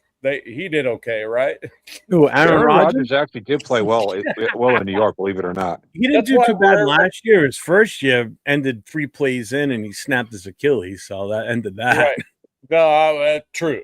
But I He mean, still think had about 30 this. touchdowns and almost 4,000 yards. So Rodgers played Yeah, well for I them. mean, you can't argue with it. Yeah, you can't argue with it. But As far as the Jets, Ken O'Brien and Joe Namath have been their only superstar quarterbacks ever. that have ever stayed with the team, yes, and did Yeah. anything with. Yeah, Yeah. right. Yeah, Absolutely. even the Browns too. Like Dave just said in the chat there, even the Browns quarterback carousel through the years. The best one they've had in the longest time was Bernie Kosar, Testaverde, and then Baker. What you know? What Yeah. Brian Snipe wasn't one too? He was there. Snipe. And Kosar is by far the best out of all of them. And he's You not know, even Kosar. like that great. You remember Kosar's Brian? You remember Brian Snipe? He was a good quarterback, I think. Brian Sipe, Yeah, but he wasn't on Bernie Kosar level. I think that was, but I think that was almost the same time And they as had, Kosar. and So they had, it was kind of they had Right, I forgot they had Neil O'Donnell too. That's right. that's God right, damn. they did. Neil Same O'Donnell. Neil O'Donnell that won an XFL championship too. Yeah, good job, buddy. So did Jim Kelly. No, Actually, that was He played for the USFL. Generals. The That was Lions had a USFL, really my bad. horrible run of quarterbacks too before Stafford came along. Chad Pennington too. God damn. That's it, man. Chad Pennington. Damn, I forgot listen. about that one. Good job on that one. You see Brandon I that? Mike. forgot all about him Well too. done, sir. Well done. What's up, Yeah. Raider Kojo? Before Matthew Stafford came along, the Lions had like the worst drought of quarterbacks ever too. I mean, they had like 40, 50 years of awful quarterbacks pretty much. Rodney Well, Peete I mean, they had okay. the save all quarterbacks. They had the great Scott Mitchell that they got from Miami after he played that season for Marino, had a great year there, then went to Detroit and Yep. And that's the thing with Stafford. Nothing makes me happier than watching this dude freaking go through all the shit that he did with the Lions. Yeah. And he was still a Big time badass success. quarterback. He was He was still awesome. freaking throwing 4,000-yard seasons out there, and then goes to the Rams, finally gets him a Super Bowl. Man, that was Francis. cool. That was Team very was cool. tank. That only tells you one. That only tells you one thing. It's the quarterback, but it's also the organization and the pieces around him and the coaching Right. deals that make the Absolutely. quarterback. Because you can be a Oh yeah, I remember Justin. you can be a Brady went shit, to a the shit Jets, quarterback too. on one team, go another team, become a superstar. So Right. that's why I was like, I agree with Jeff. He said, okay, give him those, but who's going to be there to help him out? Are we going Right. to write staff in place? We're going to write offensive line there. Yeah, Mendoza might be a Heisman Trophy. Come to the Raiders, he'll probably shit the bed because our coaching staff isn't up to par to develop him, getting the right pieces. That's what I agree with Jeff with. And So that's yeah, what, Mendoza is a shiny new toy, but don't take that new toy and break it the first day of Christmas. That's what Raiders would Right. do right now, unless they get everything, all that shit together first. yeah, break it on the second day of Christmas. Yeah. Yeah. Yeah. So I mean, Jason Downs has a trivia question for everybody. How many Heisman winners played for the Raiders? Now, when you say played, were they drafted or just came here even though we didn't draft them? You gotta be specific. I have 13, I think is my number. 13. Heisman Trophy winners that we've had on I our think it's team. 13. I think it's 13 or maybe 12. One of them's like,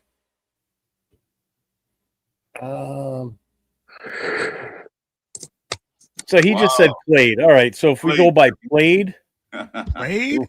played Oh, dude. played for the Raiders. I'm just saying. I quickly counted out 12 Heisman Trophy winners that played for the Raiders.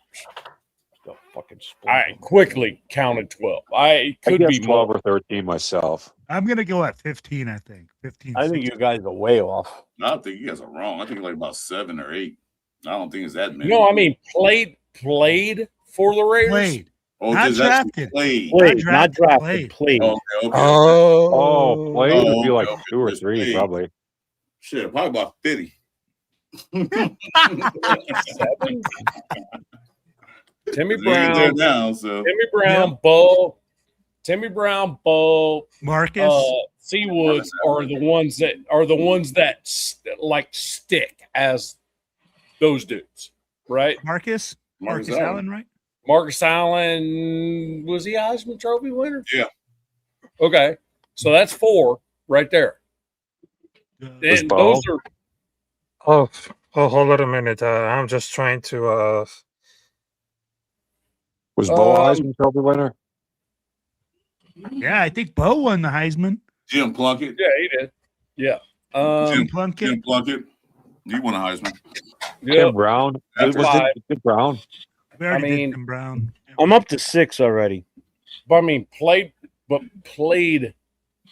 for the Raiders at any given time. Yeah, Jim Plunkett. It's really tough to even try to Well, pull. they're all offense except for Woodson, so just start there. Well, I These mean, defense guys don't win He's the Heisman. only defensive player. Yeah. These defense guys don't win Heisman's. It's always the offense guys. Usually. Desmond Howard. Desmond Howard. Desmond Howard. Yeah, he was a Heisman so Trophy. G Famits says it's 7. Billy Cannon. Wow. I said about 7 or 8. Jim Plunkett, Marcus, Mhm. Bo, Tim, and Charles. Well, how That's about the- Tim Desmond Brown Howard? did win the Heisman. Huh? Desmond Howard won the Heisman too.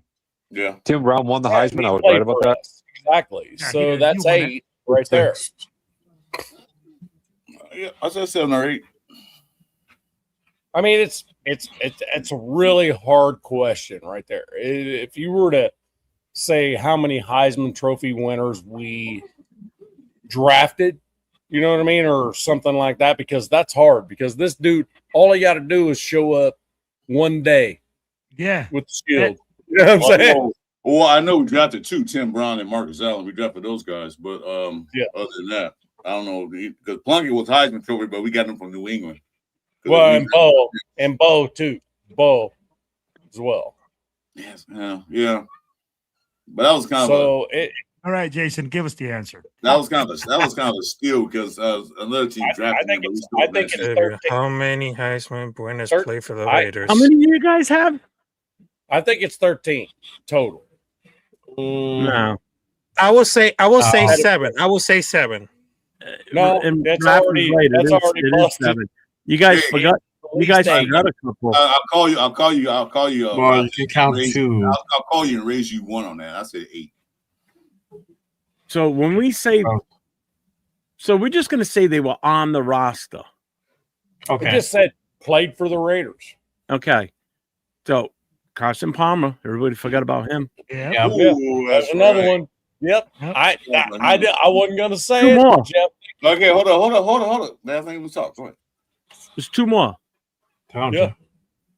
Rashawn Salam Mm-hmm. What? and Andre Ware. Andre Ware Yep. played for Raiders.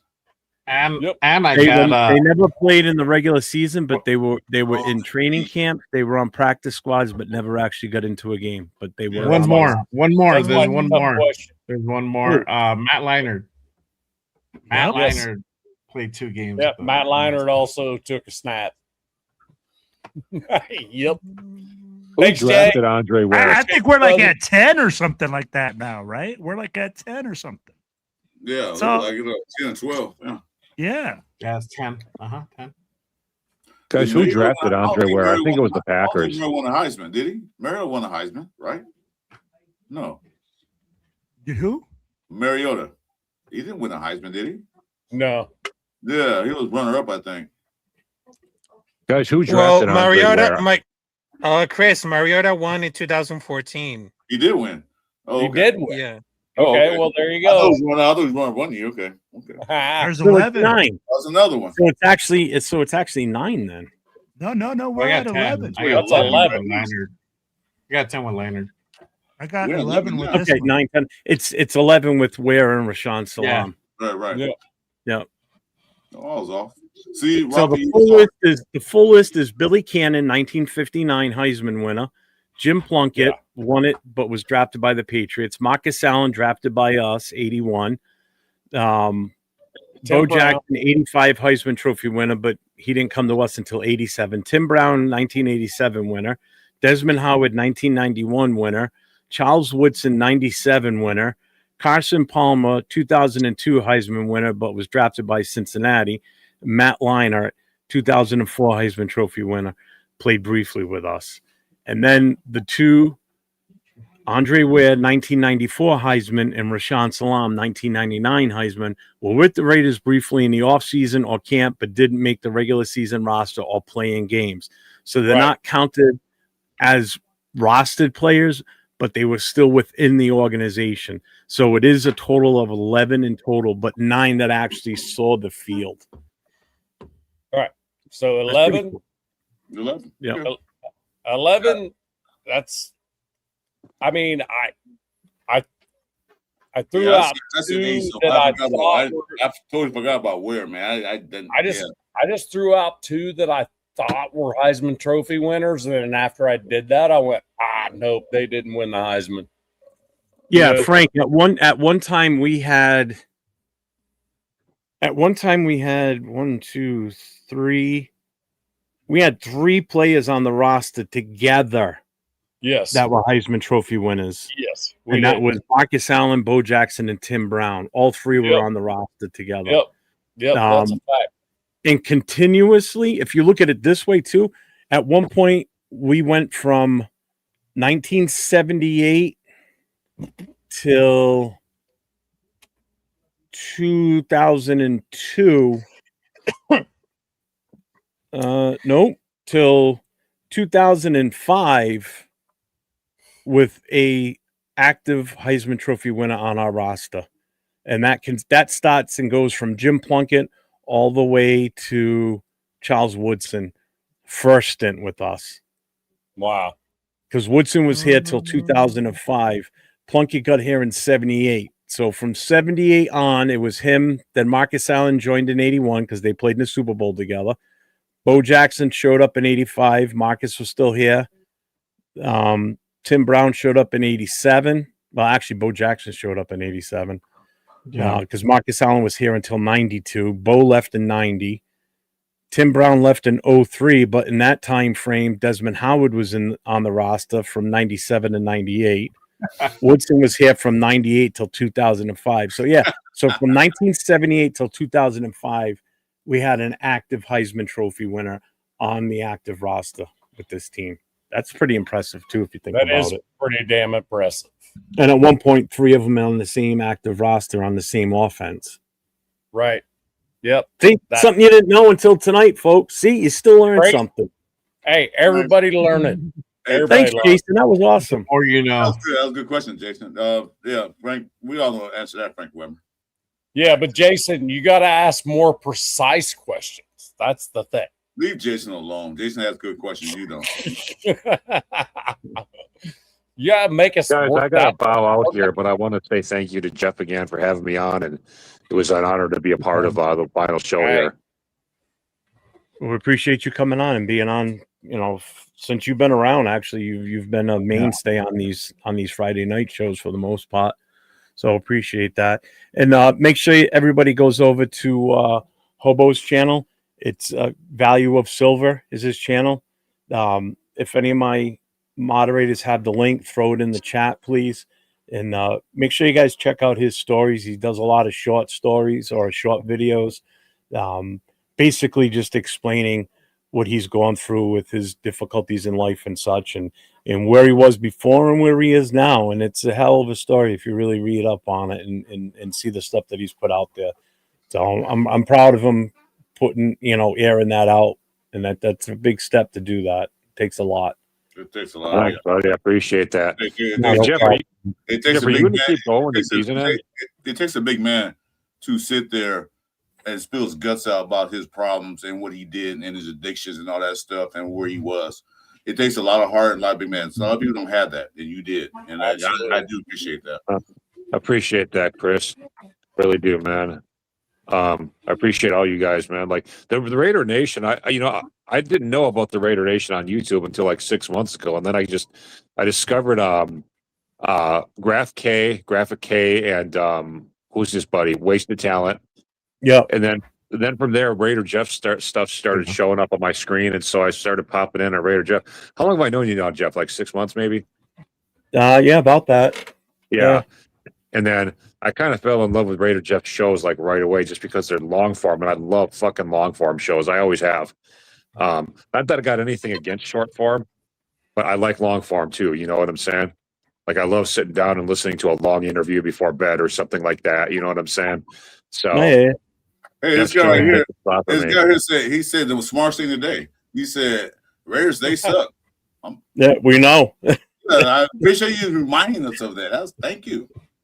Jeff, are you going to keep going after the season ends, or are you taking a sabbatical? No, I'm going to keep going. I'm not stopping. No, I'm the only one taking sabbatical because I get my health back together again. That's why I'm the only one. Chris, if you want, I can give you some tips about how I help myself overcome some serious health issues through my diet and stuff, like offline. If you would want me to do that. No, that's fine. You got my IG, so we can hit up. We can talk. We can go on the show and talk about it.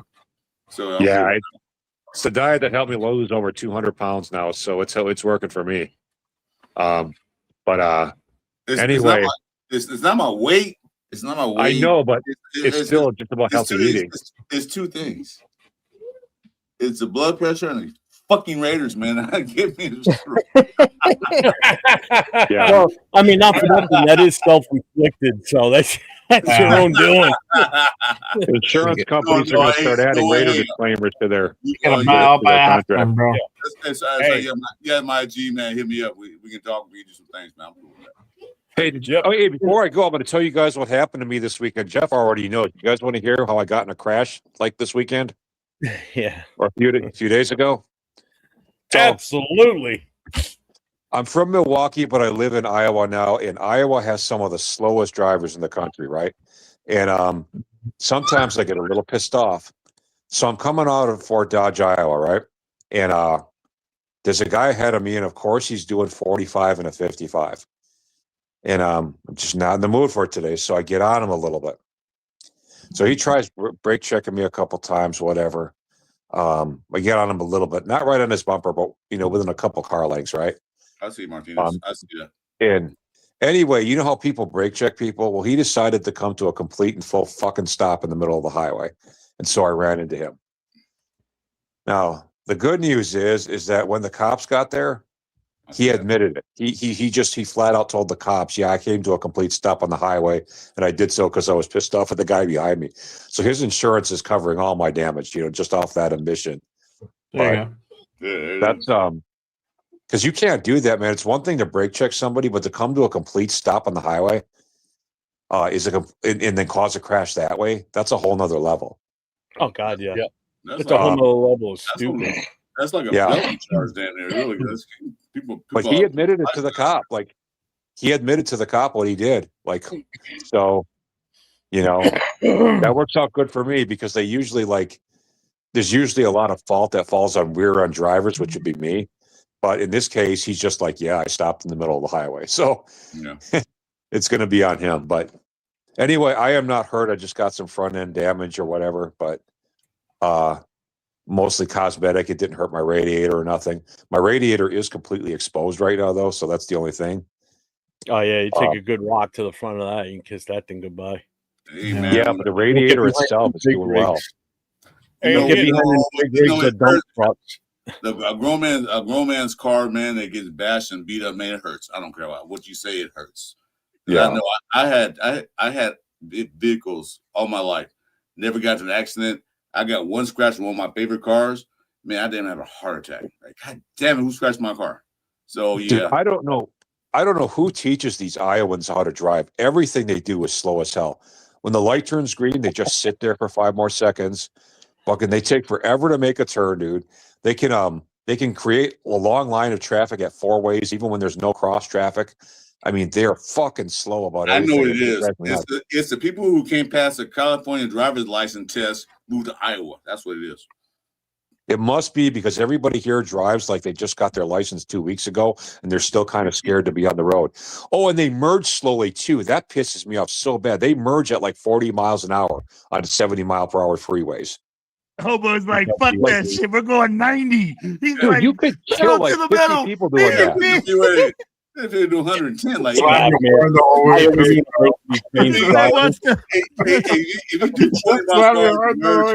do 40 miles here in California, get on freeway, man, that's suicide, dude, because you'll never make it. You could kill like 50 people doing that. So merging hey, into freeway traffic with 40. To kind of answer your question about if I'm still going to continue on after this show with other stuff that I've got planned.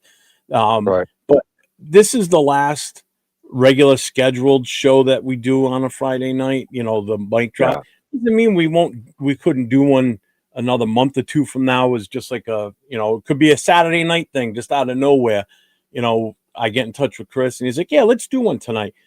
So that's not out of the realm of possibility, but doing it every Friday night like this and being in this bigger format like this, it's just, I think it's run its course. It's time to make a change. You guys understand? It'll make it more special when we do it, though. That's the good thing, man. You guys don't realize how me and Jeff got started doing shows.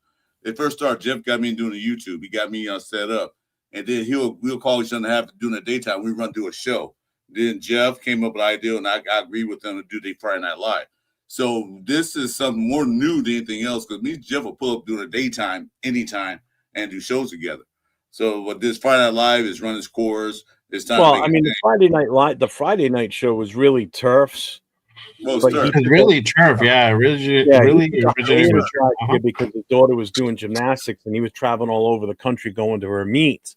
Right. So he wasn't able to do the Friday night. So I told him, I said, I'll do Friday nights with Chris. Yeah. And we'll keep it going. And when you're ready to come back to it, this is your Friday night thing. But he just kind of moved on from doing the Friday night thing, and he was fine with it. I always told him, I said, when you're ready to come back on Friday nights, that's your show. That was always your thing, So that's where I kind of got to start with actually getting on camera. Was the first show I ever joined. Chris was on there as a pull up, just like some of you guys are in here tonight. And then I jumped in. And remember Larry? Larry used to be on all the time with us too on Friday nights. I haven't seen him since last year sometime. So that's where I got started with getting on a live show. That was kind of what, finally got me bit by the bug of getting on a live show. Yeah. So, but yeah, this was always Turf's thing. I'm gonna share my favorite Friday Night Live moment. Oh. And do you remember when we did the 9-hour show? Oh yeah. Yeah. And this is the funny part is by like seventh and eighth hour, we just ran out of shit to talk about. We started going to conspiracy theories, and we started getting all these weird people just pull up on our chat and just like start some like way the fuck out of like the blue type like conversations. We're just like, okay, well, fuck it, we have nothing else to talk about.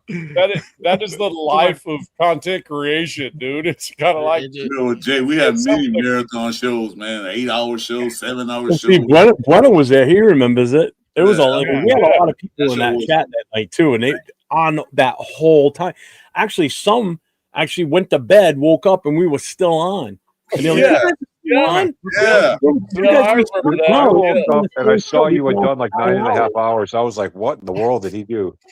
And Yeah. and actually, and that wasn't the only long ass show we've done. We've done a couple 9 hour. No, I think we did 2 9 hours, and then we've done some 7s and some like 8 hour show. Oh yeah, we had some bangers.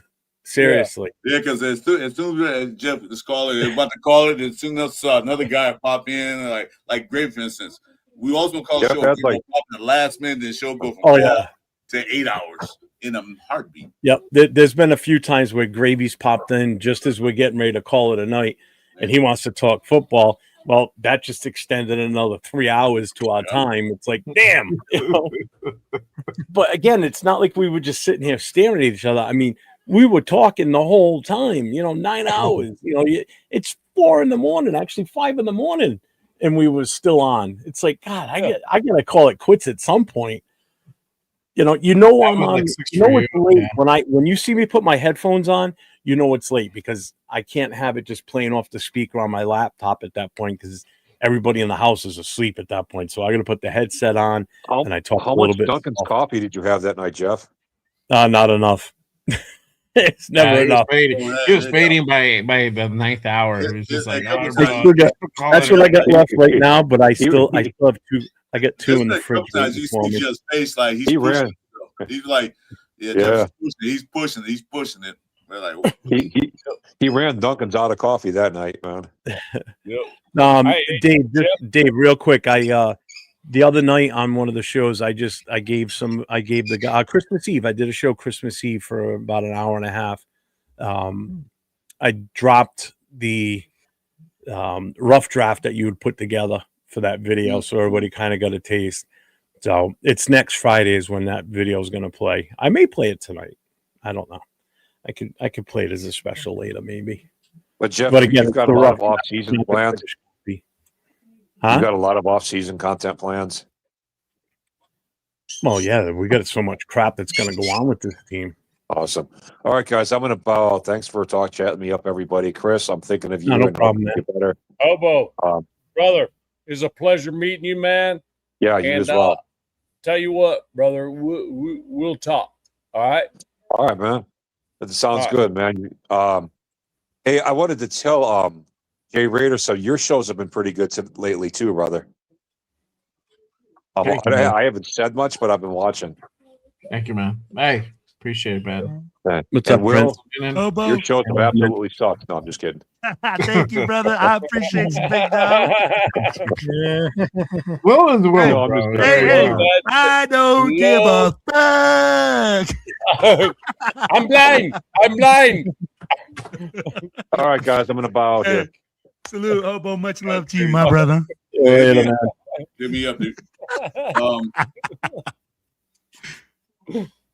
Oh man, I will tell you what. The longest show that I did was like I barely even knew what YouTube was doing. I was like, I'm gonna go live. We'll have freaking Blue and freaking Sacktown Raider Mike.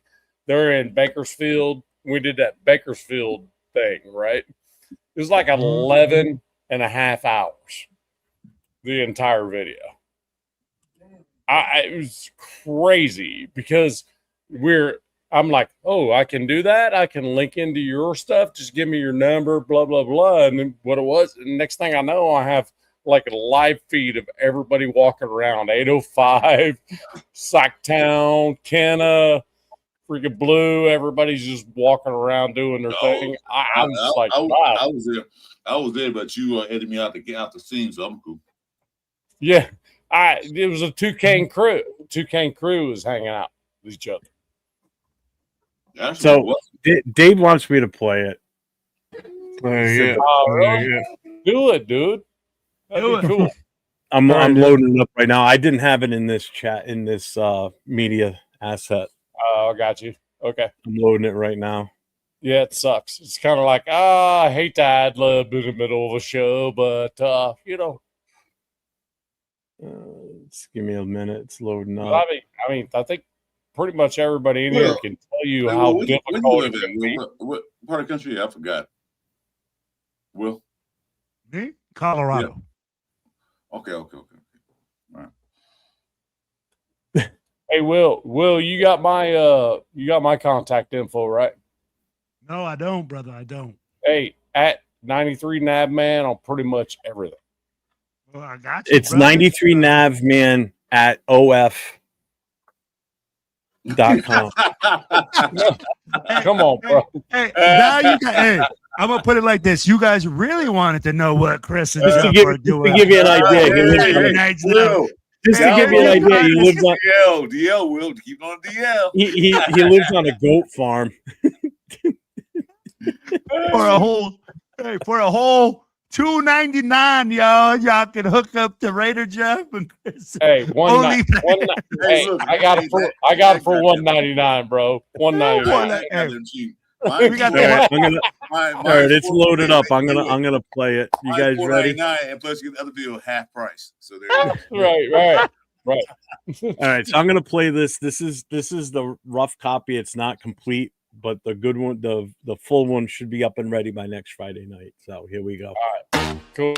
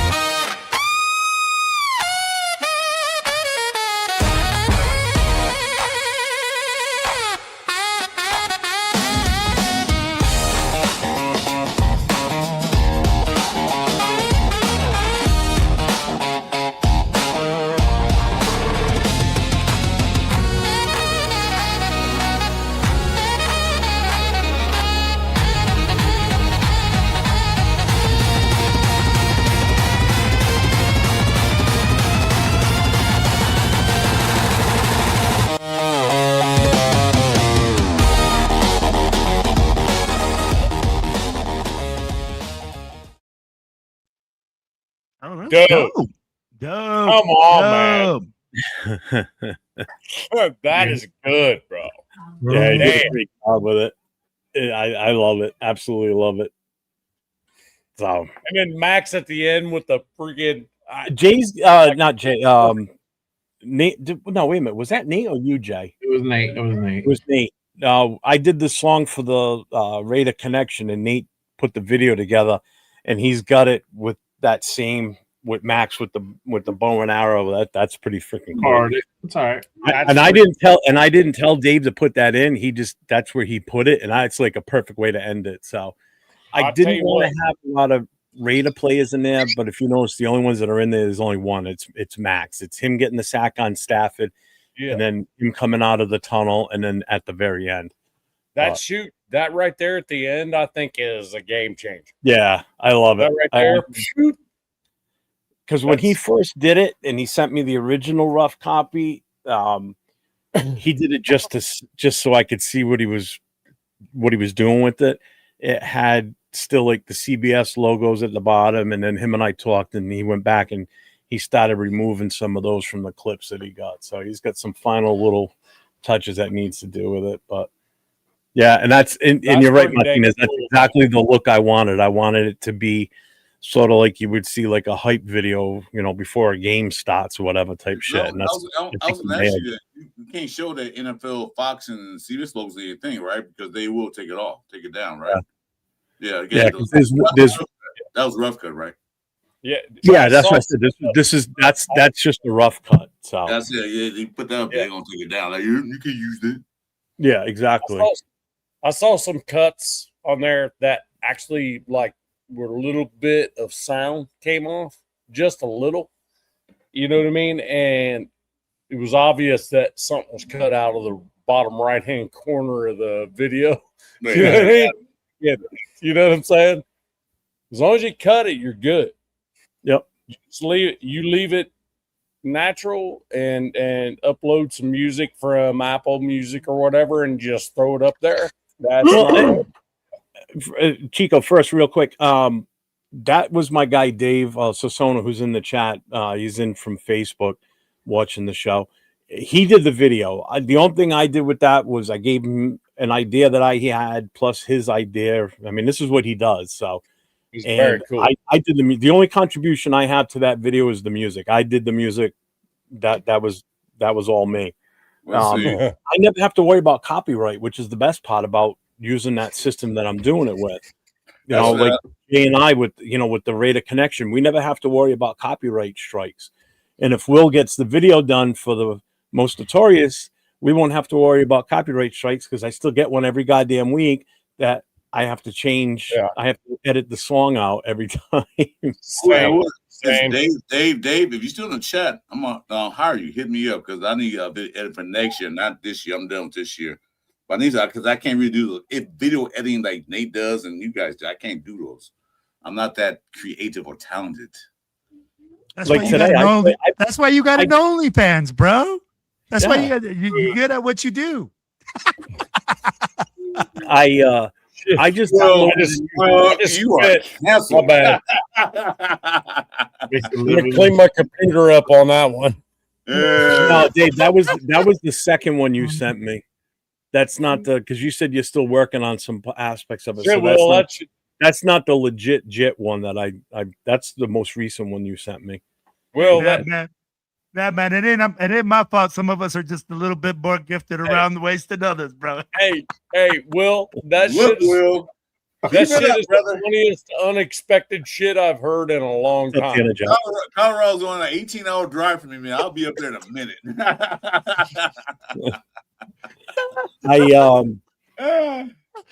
What's it gonna- Love you, Will.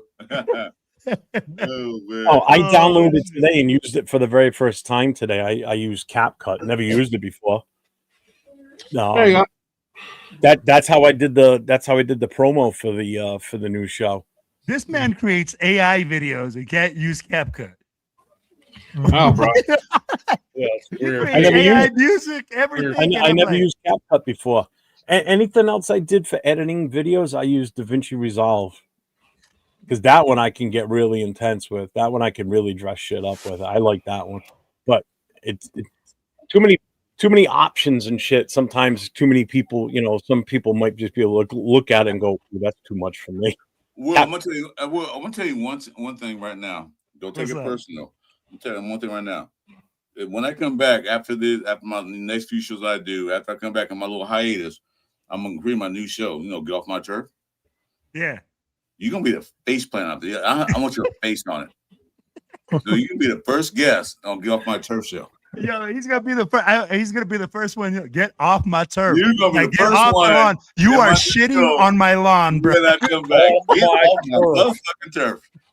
I'll be right back. I'm going out for a smoke. He's gonna be like this. Oh, Chris, you got the comms. I got you, He's bro. the first one to come shit on my lawn. Yeah, my Oh, first man. Get Off My Turf is Will Raiders. Get off my lawn. No, I don't have grass here in the desert. I have turf. Can't worry All about right, that shit. get off my turf. Hey, Oh, that works, man. bro. Yeah, Dave, I want to hire you, man. That's a good cut. Oh, hey, Tan Jackson, man. What's up, Tan? Didn't even see you. Welcome to the show, man. To our final show for this period. As you know, me and Jeff are done with Friday Night Live. We moved different directions. I'm taking a hiatus after the radio season ended. It ended what? I mean, it was about 8 weeks ago when the radio season ended. Jay? Yep. When did the radio season actually end? About halfway. Yeah. I was asking Jay. Week 3. Yeah.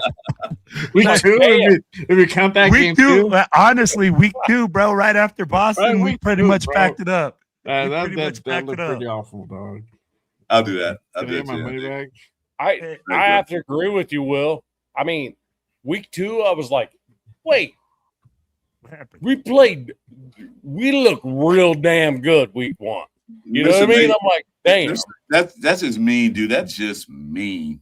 No, but you know what I'm saying? It was like, I know. It's mean as hell. I was like, damn, wait. This fucking dude, Gino, that none of us really were like, we were all like, don't know. Comes in. He had like three. He had like 365, 3 touchdowns, team. maybe 4. The whole team. I don't know. That man, the whole team. I was like, it's like damn. this. Hey, Then week 2, the whole team forgot to get on the train. Yeah, but you got to look at get back on the train. His first game when we played the Patriots, he had a couple of good passes. He wasn't really that great, but I was happy compared to what we had. I was happy we got something we had. Absolutely. I agree with you, Chris.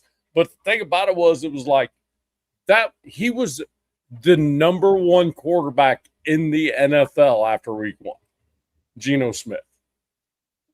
That's the crazy thing. And then week 2 happens, and it's like, wait, where in the hell did all this shit go? You know what I mean? We didn't lose much. You know what I mean? It's like, damn, how do we get this bad for this long? We got predictable. Time, we got right. You know what I mean? We didn't change anything. But we kept trying to do the same thing we did in week 1 and week 2. Will, I'm with you, but I'm just like, that's exactly what I'm trying to tell you. It's like, dude, you went out and surprised. You went out and surprised the team. We talk about that. Now let's go out and surprise more teams. Like, keep surprising them. Let's not make it the same thing every week. You know, and that's why they surprised you, Dad, man. They didn't show up after. They're like, surprise. No, it wasn't a surprise. That's the thing. It wasn't really a surprise. That's like, the problem with being a Raider fan for 54 years. Is I'm never surprised. As a 54-year Raider fan, 54, I'm never surprised. Nothing surprises me, win or lose. That's just how bad we are. With just how bad we are now, man. Is that what you're saying? Like, no. What I'm saying is, when we're great, it surprises me, and when we suck, it surprises me. You know what I mean? So it's like, it's just the suck's gone on too long. So it's not. You know what? G-Fam, we didn't lose Brock Bowers. They're shutting him down because he does have minor injuries. And Max. We finish that, man. They shut him down. He has his aching injury. So the purpose is, why play the best player we have on offense in a meaningless game the last 2 games? Why sacrifice him where he can get hurt and then he's done for 6, 7, 8 months? No, put him down. I said this on my show the other night, Wednesday, and that man was there. I said the thing. I tell you what they need to do. They need to go ahead and just clear out the practice squad. Like, every practice squad, play in these last 2 games. Might as well see what you got. You know, Cedar Jackson's going to play this weekend. Good. He's been playing all year. You got fewer players. Put them out there. See what we got. That was my thing. We're not winning anything. What we're gonna win? The worst team in NFL history? Yeah, we're gonna win that title. Shit, damn sure we are. But I think put the guys out there that they get no burn during the regular season. See what we got. So that way, going into next year's draft, free agency, you know what? We knew we need one of these, one of those, one of these. Because y'all grown men. When you gotta go grocery shopping, do you gotta go in the store guessing like, what should I get? Fuck no. You guys go to know exactly what you're gonna get. You go right to the meat counter, right over to the potato counter, right to the beer counter, and get all your stuff and get the hell out of there. Preach, guys. Preach. That's what you gotta do. You know we need to go get it. Okay?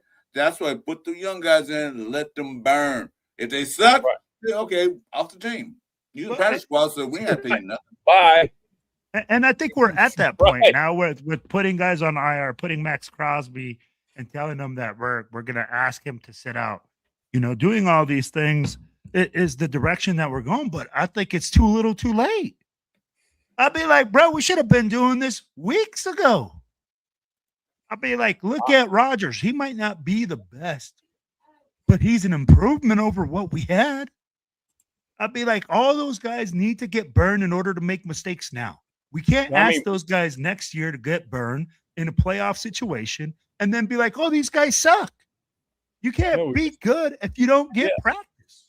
We just put our current best offensive lineman on IR as well.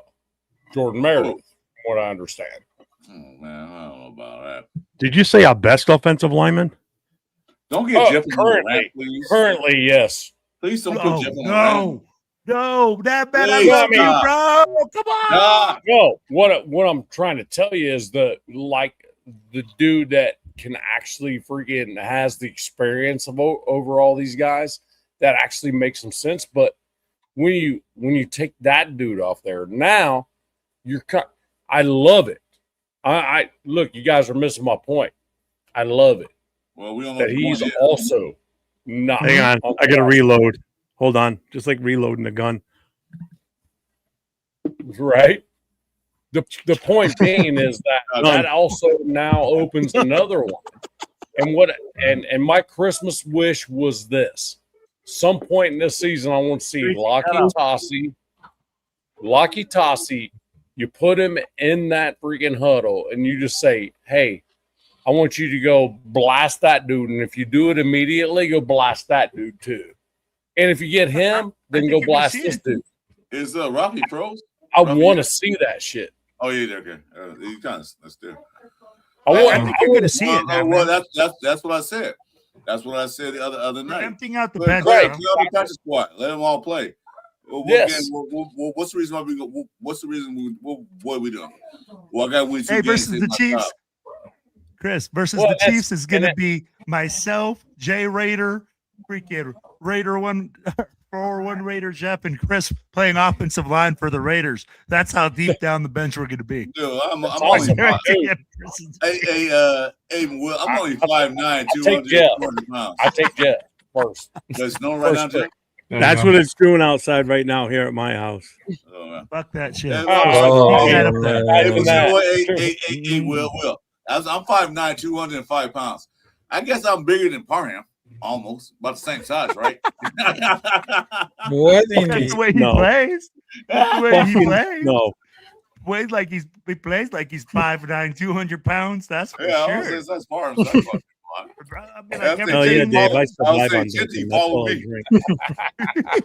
Hey Jeff, it's 11 o'clock where I'm at, and it's 72, according to the.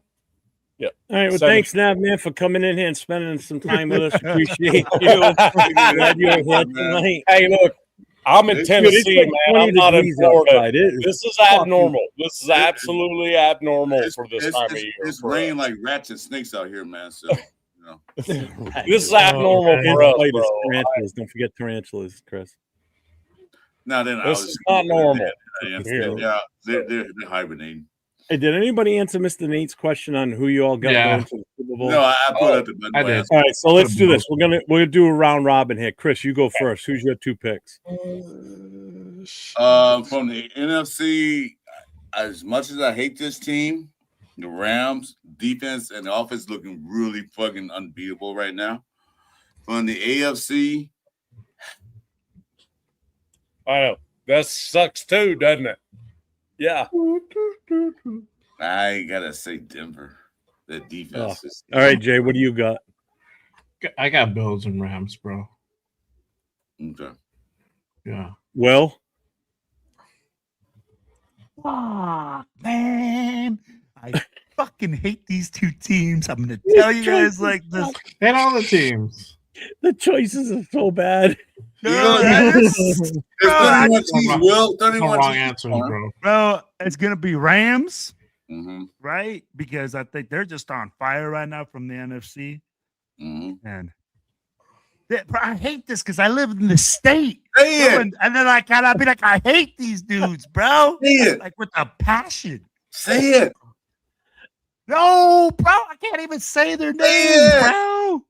Do you agree with the orange creamsicles or whatever the fuck they're like the cream. so they're like a Tampa blue wave Bay. or whatever they call you themselves. agree with So, that? so you get the Rams. You get the Rams and the Broncos.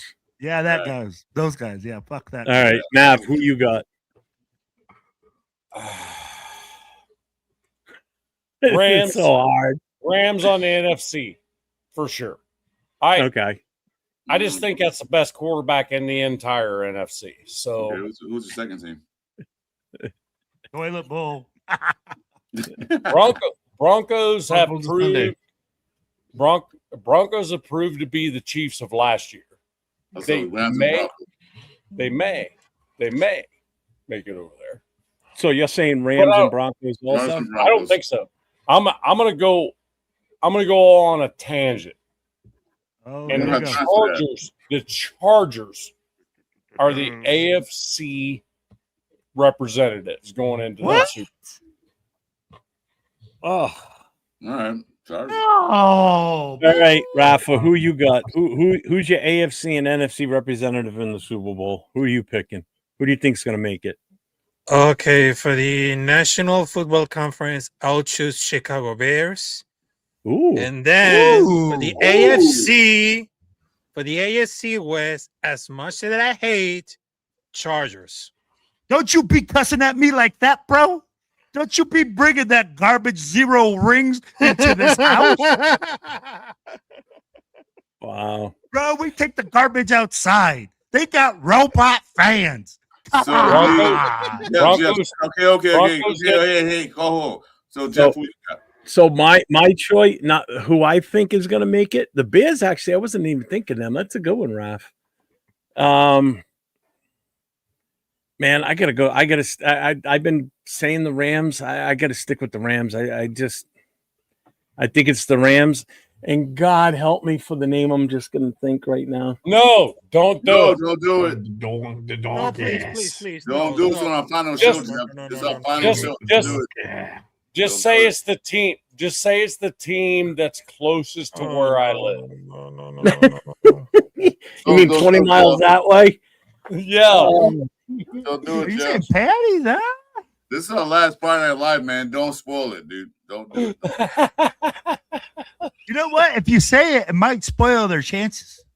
It could. There you go. It's like a reverse I don't have that kind of luck. Nah. Just out of spite, I'm gonna say the Bills. Because I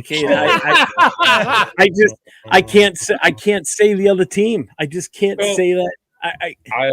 I'm with you.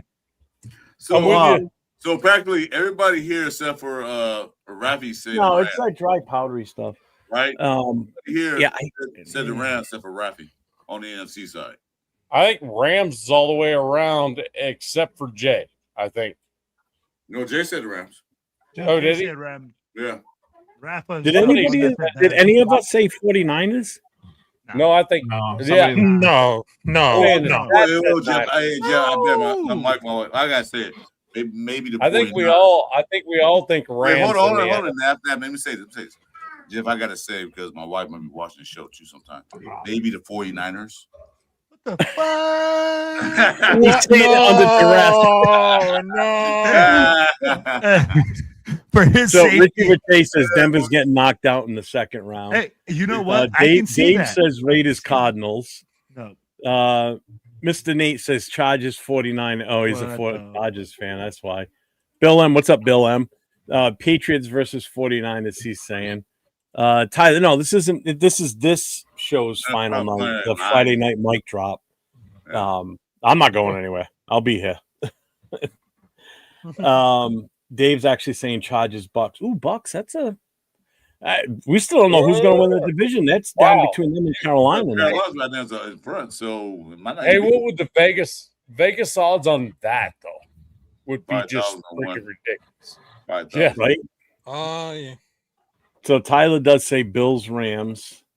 He says, as a Chargers fan, I was rooting for you guys the other day. As long as the Chiefs don't go, we're good. Oh, we're dead. Thank God Chiefs they're have a out of losing it. season this year. They have a losing season. Yeah. G Fam is saying Rams and Bills get their first Super Bowl. There you go. Call them the Tuck Rulers. Fuck the Liners. Fam, love you, but you no. Bucks are getting dog walked. Yeah. I mean, that talk about a division that nobody wants to win. Jesus Christ. Wouldn't that be crazy? Yeah, if Carolina goes to we go to the championship game? Because right now, Well, they've been there before. They've been in the Super Bowl twice. I saw a thing a couple of days ago. It might have been on Facebook where it said it showed every team that's played in the Super Bowl, if the roles were reversed, how many trophies additional they'd have and everything. So there'd be a bunch of teams that would be knocked off the list of never won a Super Bowl, like Carolina, Tennessee, a few others too, Cardinals, Vikings, Bills. Yeah. We would have 2 additional trophies. Hey, did you just run off and go do a short, you sly dog? Oh, You. no, I didn't do a shot. Well, there's only 3 teams. 917. There's only 3 teams. Oh yeah, yep, it is. There's It's only 3 definitely teams live. that have this people yet this at all. Oh my god! I meant to mention it earlier, but you had to go. What are have you a looking smoke. at, Will? So just saying. Max Just said Crosby one? on, yeah, it said on my that was YouTube. hours ago. Oh, it said Oh, it's 917. It's live. He's like, No, the smoke Max break, guys. I'll be right back. No, I did the Max Crosby thing just after it was. I did it after yours. Oh. No, After you but- put yours out. But You you probably just get noti now, bro. played it on here. It's Yeah. live. Yeah, I just barely got the notification. I cancel my notifications to Will so he doesn't see them. Yeah, he blocks me. He's an asshole like that. Still badass, dude. I don't think you got to worry about it, man. Dave, tomorrow, give me a shout tomorrow anytime. I'm not going anywhere. It's snowing out. I'm not fucking moving tomorrow. Fuck that. I might not even be traveling out to watch the game Sunday if it's going to be shitty out. Because where we go and watch the game, a few weeks ago, it snowed here, but the snow was gone in a couple hours. And then the next day, we drove out there for the game, and all of a sudden, we hit this point where I'm like, "Where the fuck all this snow come from?" And I'm not talking about just like a light coating. It was plowable snow where some of the parking lots where we were, the mounds were like 15, 20 feet high. I'm like, what the fuck? So where we go, an hour and a half away from here towards Central Mass or Western Mass, if we get 6 inches, they're getting like anywhere from 8+, if not more. So depending on how bad the snow But Jeff, fully. this game is the most important game of the Raider Nation. Oh, if that's the case, I'll be right here at home, and I may go live if I don't go. So. Either way, I'm watching it. You know, hey, Jeff, if you want to, we can do a live watch party. I'm good with that. If you want to be up to it, if you're not going anywhere. Yeah, Dave, Facebook message me first. Make sure I'm awake at noon. Hit me up, man. If you want to do a live watch party, we can watch that. Yeah, if we don't go Sunday, I'll definitely going to be live. Hey, hit me during up. the We'll game. do that. What's up with you, Jay? What you doing Sunday? Watching the game You don't do anything live? Or no? afterwards. I know, yeah, post games. You got to tune in. You got to be Yeah, watching. tune in to find out. Hey, we do Ron a live- Bennett. If we Ron do Bennett. we do a live watch party. You can come on in. Let's do it. So shout out to Yeah. Ron Bennett. He says, here from Tennessee, Raider fan since 72, first time visit. Ooh. Wish we had snow. Do you think Raiders will play in Nashville in 2026 season? Lots of Raider fans here. The schedule's already done 5 years in advance. Yeah, I don't Yeah. think we're not playing them next year, right? Yeah, no. No. That's the AFC South. We are. But But I'll appreciate tell you you what. being here, Ron. Make sure you hit that sub, You hit know that what? thumbs up, hit the notifications. You got myself. I'm 401 Raider Jeff. Gentleman next to me is Chris 4 Raiders. Gentleman on the other side of him is Jay. His channel's Just Raiders, baby. The guy down in the corner with the Raider shield behind him that doesn't sit still, that's Raider Will. He's Silver and Black Podcast. The animated guy. And next to him is Navman 93 Navman. It's a Shield Raider Shield Family is his channel, and then below me is Captain Rafucho. So you make sure you hit all 6 of us are. We're all close. You messed up think Will's name. everybody His name is does that. Adderall Will. You messed his name up. All I don't need none of that stuff. Being here, No. Brian. I don't need none of that stuff. Oh, now? I got Yeah, Chris, you. I'll get you his info. All right, cool. Thanks, Dave. I appreciate that. Looks like the Raiders will have a top pick at. Oh, what's up, Dennis?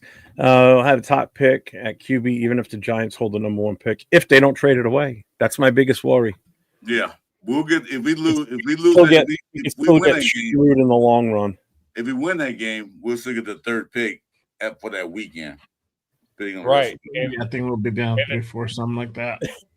Martinez. Worst part about all that is the Jets have so many freaking picks. Yeah, they got. Appreciate that, Martinez. So Welcome to the best Raider panel in the world, beside next to Chat Sports. Who? Who's Wow. the Chat Sports you talking about? Who's the Chat Sports you talking about? The guy that's a Jets fan. Martinez. That was aimed at you, Jeff. Yes, I. Huh? That was aimed at like, you, no doubt. Mario, what's up, Mario? What's up, Mario? Salute, bro. Right on. Fuck Chat Sports. Richie says no. Giants have made mention that they might trade Dot to accumulate more picks and select the QB with pick number 1. That's what I mean. We're still going to get screwed in the long run anyway. So what's They ain't trading Dart. They keeping Dart. No, there's Yeah, been. I've heard rumors too. So Yeah, I mean, I've heard. I want to know who's your source on that. Yeah, I'm hearing. I've heard shit already from other people talking about Tennessee looking to trade away fucking Cam Ward. I heard about that. That I heard. I heard about that. I need to know who your source is on that. Are we Mitchell rinsing this one and just? Oh, I've just seen other people say it, and I'm not pushing that narrative, but I'm just saying I'm hearing it. Will, did you say Mitchell Renzi? Yeah, I have no sources. I don't claim to have sources. I had sources. Look at Jay. He just nods his head. He's like, Jesus. Never getting him on the show. See, that's why he kicked me off. I told you, Jeff. He's like, Jesus, this guy says some outlandish shit. Just keep him off. Out to me. That's because Mitchell Renzi like a 1950 news report. That's why Jeff don't like him. And that's the thing, Raven News. We got a rumor report that you. See, Jeff hate that. Oh my god. Oh, man. Hey y'all. Hey, I appreciate you having me on. Hey, I got a bail. Much love, that man. I gotta wake up early. I gotta wake up early, and I'm on the East Coast. So, just saying. That's right. You're in Tennessee, right? Yeah.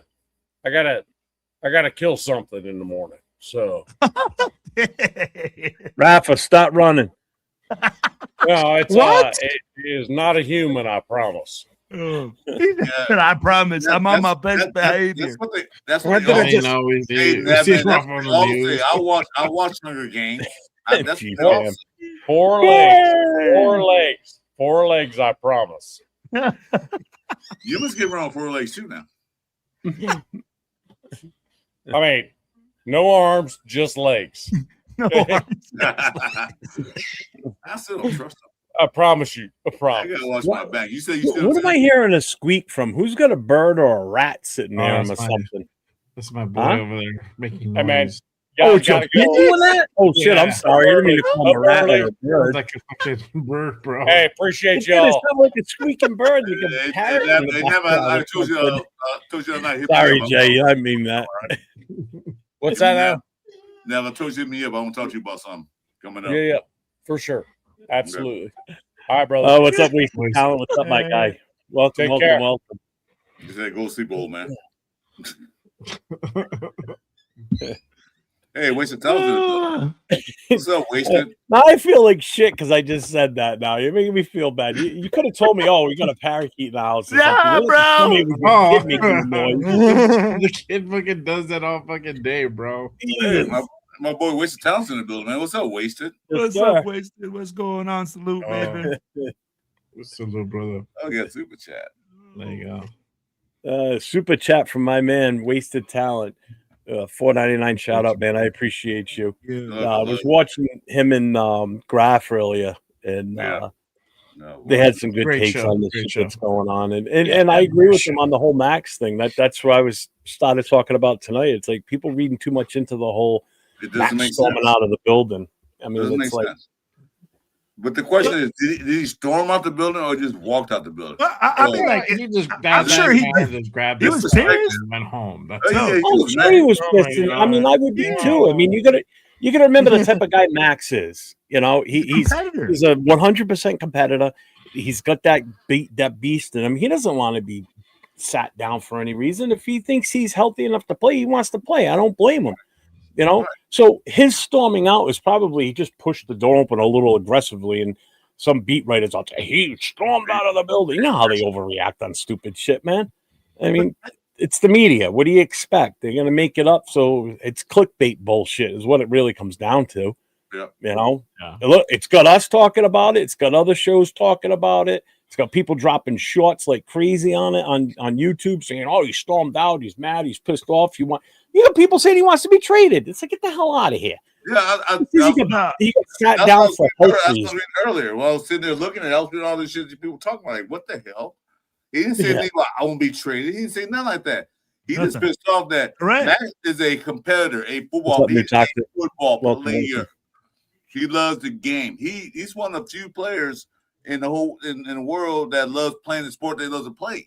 Well, and that's just it. You 100%. Like you said, Yep. Michael G has tattooed Michael Jordan and then Kobe Bryant. Those guys love the game they play. They love it so much as their passion that gave them the reason to live. That's what Max Crosby is. He's one of those guys that you think. I mean, the money doesn't hurt either, but you've got some that just want to be there for the money. You take Max Crosby on the field, Okay. you're taking his heart and soul away from him. That's his heart and soul. Playing football. So when the coach say, "Hey, Max, you got to sit down," of course you're gonna be pissed off. Of course he's gonna open the door a little aggressively. Yeah, he's gonna be mad because he can't play. That's the thing he loves to do. So, I agree with that, Ron. That's a good one for them to watch for sure. Man. So, with that being said, yeah, but that don't mean he won't be traded. He didn't say anything about being traded. He didn't go out there and say, "Oh, well, trade me." No, 100%. He just said, "I want to play, coach. I'll put me in." Martinez, I think he walked out, but my Tia that works at the Raiders being toxic added the storm part out on it. Yeah, put that little Hispanic twist, bro. But let's be real. Even if he did walk out all pissed off, that's what you want. Well, this is the thing. This is the thing. I want to compete. That's him. I would expect him to walk out pissed off. I would, you know, like who won this is the thing. This is the thing. I mean, supposedly, according to Ian Rappaport, he was informed beforehand. Well, beforehand, he knew that this was going to happen. It's just they finally made it official. Like, hey, bro, exactly. You're not going to play the next two games. So just. I mean, that's right. On the sideline, and he's like, all right, cool. Grab your shit. I'm gonna go home. I'll spend time with the new toxic. When are we going to win the Super Bowl? Hopefully before I'm dead. I mean, it's been 40 years. I ain't waiting another 40. I won't be gray hair. Gray hair. I'm up in the years. I'm a little long in the tooth now. So you long I ain't got 40 more. I'm the oldest man on the panel. I'm the oldest man on the panel. I know I'll be in 40 years. So go by here in 40 years. Yeah, you old fart. Yep, I'm old. See, I can call you an old fart. You got me by a few years. 7 to be exact. Hey, I'm still the prettiest one up here. I don't want even better than Sweet James below me. So I don't know who wrote that shit. Oh, you me? You're talking about Sweet James? Jeff, you rigged the election. Yeah, you rigged it. Yeah. So Gio says, "Who cares how we left the building as long as he doesn't step on the field, so we can go after the number one pick." Gino's not being benched because he's guaranteeing as the number one pick. Yeah, I mean, and that's what it comes down to. That's why I mentioned, in Pete's presser today, he talked about how Colt Mills not going to be, he's inactive again this weekend. Why are we just bench him? Just don't even take, I know he's designated to return. Just move along. Don't even let him touch the field. He's out there practicing. Why? Why even let this guy practice? We did it with Brock Bowers. We shut him down, put him on the IR. We shut Max Crosby down. Let's take care of the other guys that we need for next year. Let all the rookies play. Let Grant play. Let Caleb Rogers start the rest of the way. Get Conker out there on a regular basis. Get Pegues out. Get all these guys on the field. Shut down Jeremy Chin, too. That's right. He's the other one. Him and Brock went on together. That's right. They went on together. together. Better DBs back there. so they shut him down. Yeah, put I was Grant. Max Walker also requested trade. Nah, they're not going to trade. He's not going to. He won't ask for a trade. No, he's not. No, The only Can way I he's just going say- to go anywhere is if somebody calls us and says, "Hey, this is what we want to offer you for Max," and if it's too good to pass up, then you do it. If it's not, then you just hang the phone up and you continue the way you are. But the thing about it, Max never asked for a trade like you're going. Yeah, you can't stop. You can't just be adding shit to it. Max never said trade me. He Yeah. never said those words. So No. what's That's the this problem? crazy shit. Hey, this is But the that's thing what with people are Raider Nation. reporting, that he's Yeah. going to want to get traded after this. It's again, No, it's no, No, it's not. This is the made up It's stuff people that we talking. do, right? This is what we do at Raiders fan. The guy walks out, he doesn't say anything, and now as Raiders fans, we're going, "Oh, he wants to get traded." yeah. This is the Okay, can I just insanity say- of being a Raiders fan. Go ahead, Go Rob. ahead. that is Go ahead, Ralph. yeah, that's right. Yeah, just say something because I understand that what I'm just telling is about to go down right now because all those fans who watching this, can we just please stop posting about Max Crosby's got a trade? I mean, Max Crosby never requests a trade because Max want to win with the Raiders because they need to get their shit together. Because I know that we need a quarterback, most of the online. Max Crosby never requests a trade. It's all about those like some of those fans who fell for that clickbait shit, and I'm not failing for that because I understand that Max Crosby is a Raider because he is the heart and soul of the Raider Nation. Because I understand what's happening because you guys they have a knee issue, but it's 29. But he played more snaps than any other defensive player since he's been on the league. I mean, Crosby's gonna be really good, but at the time we have a quarterback, offensive line, weapons, and a defense to actually compete for the Super Bowl. And I understand that he's not gonna be so much watch because the logic is Max Crosby will never get traded because he sold Let him his know, heart Don't say will Rob. never. Let him never. know. He never Don't gonna say sell never. loud. That I believe. But you can never say never. Remember that. And it's not going to be because Max wants out of here. If anything, it's going to be that someone's going to want him and they're going to offer high value for him as a possibility. Then So offer the never say never because it can still happen. Hey, Yeah, who would have no ever problem. thought that we would have gotten rid of Marcus Allen? And we did. Well, that Remember was Davis's narrative. That I was, understand that, but don't Yeah. say never is what I'm getting at. Just don't say Yeah. never because it can still happen regardless. and So, even- and Ron, I feel your pain. Likely. You got me by 10 years, brother. So I was 13 when we won our last Super Bowl.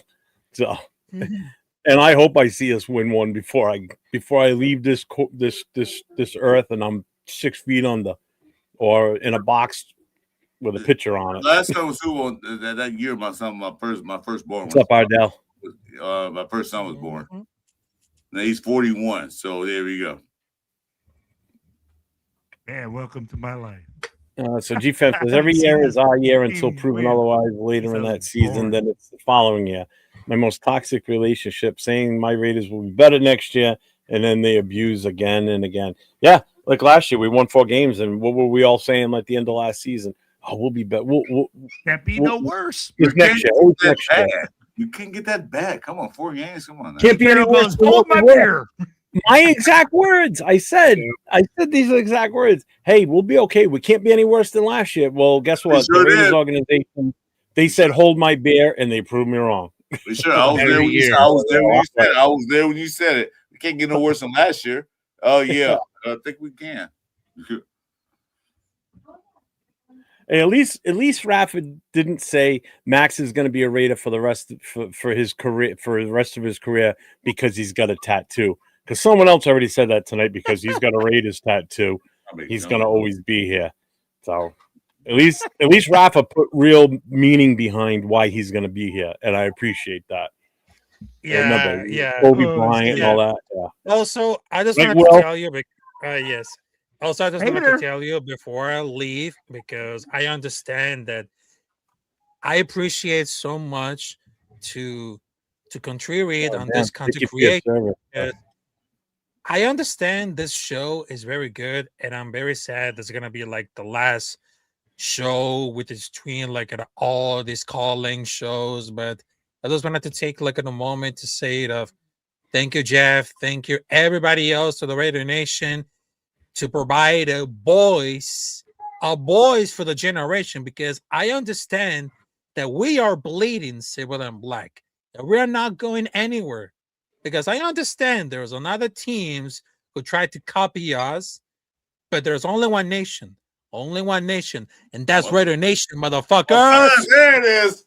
Let's go. Oh, there it is. I just wanted There to it tell is. you, There it salute is. to everybody else. Thank you, Rafa. Capitan Rafucho Thank you, here, Rafa. and I just wanted to Yes, tell sir. you, Thank you, Rafa. Merry Christmas, Happy New Year, and I just wanted to tell you, Capitan Rafucho is not going anywhere, so there's gonna be surprises coming out there from my YouTube channel, and I'll keep 100% because I'm gonna be Max Crosby. I'm not going anywhere because this Capitan Rafucho's gotta fucking stay. It's gonna Let's fucking stay. go. Let's Awesome. go, I love you, Rob. Thanks, Rafa. Thanks, Yes, Rafa. Yeah, and just to clarify, he said voices, not boys. So we're not providing boys, we're providing voices. Just want to like no Diddy this Yeah. real quick. Because Yeah. it did sound like he said Fucking boy. hard pause, bro. No, He Rafa, says I good appreciate you boys, coming like- on here. Pretty much almost every week he would jump on with us. And it's been fun having him on here with us too. Yeah, So, motherfucker. I just had to clarify that. I don't want to be thrown in jail for 80 months or however Yeah, long. but see, one thing Rafa did for me that like he said the word I have right. to like Yo, every time edit I'm on that the out, show, bro. wait, hold on. Every time I go on the show, he always say motherfuckers. He finally he said does. the right. He said it right, motherfuckers. That's what made me happy. He picked up something good from the show. Yeah. Hey, this show's a good influence on everybody. It's an influencing show. Motherfucker. He almost says it like he's Finally- Asian too. Jeff, It's funny. Jeff, you know how long he been on live? He kept saying motherfuckers. Like he said, "Oh, that motherfuckers." He finally said it. That made me happy. I love Rafa. Wait, He's bro. so funny, Yeah, man. He's me too. awesome. It's some next level shit, bro. Yeah. Well, we'll see. Well, 2.5 hours. You know what? We haven't done this in a little bit, so let's Raiders. Yeah. linebacker you the Saint Nambla. You know what? I'm gonna tell you one thing. These shows have been fun. It's great having good guests. I'm gonna miss it, but it's time to move on. Time to do something What's else. up, Rebel? Yeah, it's time to move on. Reb, chat. The link's in the chat if you want to pop in, brother. I'm gonna put it More back than up. happy. I'll put it back up. I just put it in. Oh yeah. Jason, you too, man. Raider Nation Jason, if you want to pop on in, man, go for it. So this is our final show. Might as well get the last little shout out. Yeah, Rebel, we're not going to be doing a Friday night mic drop anymore after tonight. Doesn't mean we're not going to do one in the future. We could do it on. We might end up doing it on Saturday nights, but it'd be like like maybe once a month type of thing. I think we could do that. Jeff has to dedicate it more makes time it more to his special. OnlyFans. Well, I think it makes it more You special. know what, Will? Bye, Will. All right, go ahead, Jeff.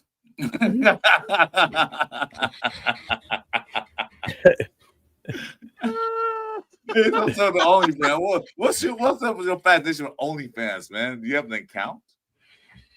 Because you have an account. Hey, there's a reason I travel all over the country, okay? Yeah. There's a reason I travel all over the country, okay? If you have an account, you're not subscribed to my OnlyFans account. So I'm Hey, not only does he have an account, but he has a backup to a backup account.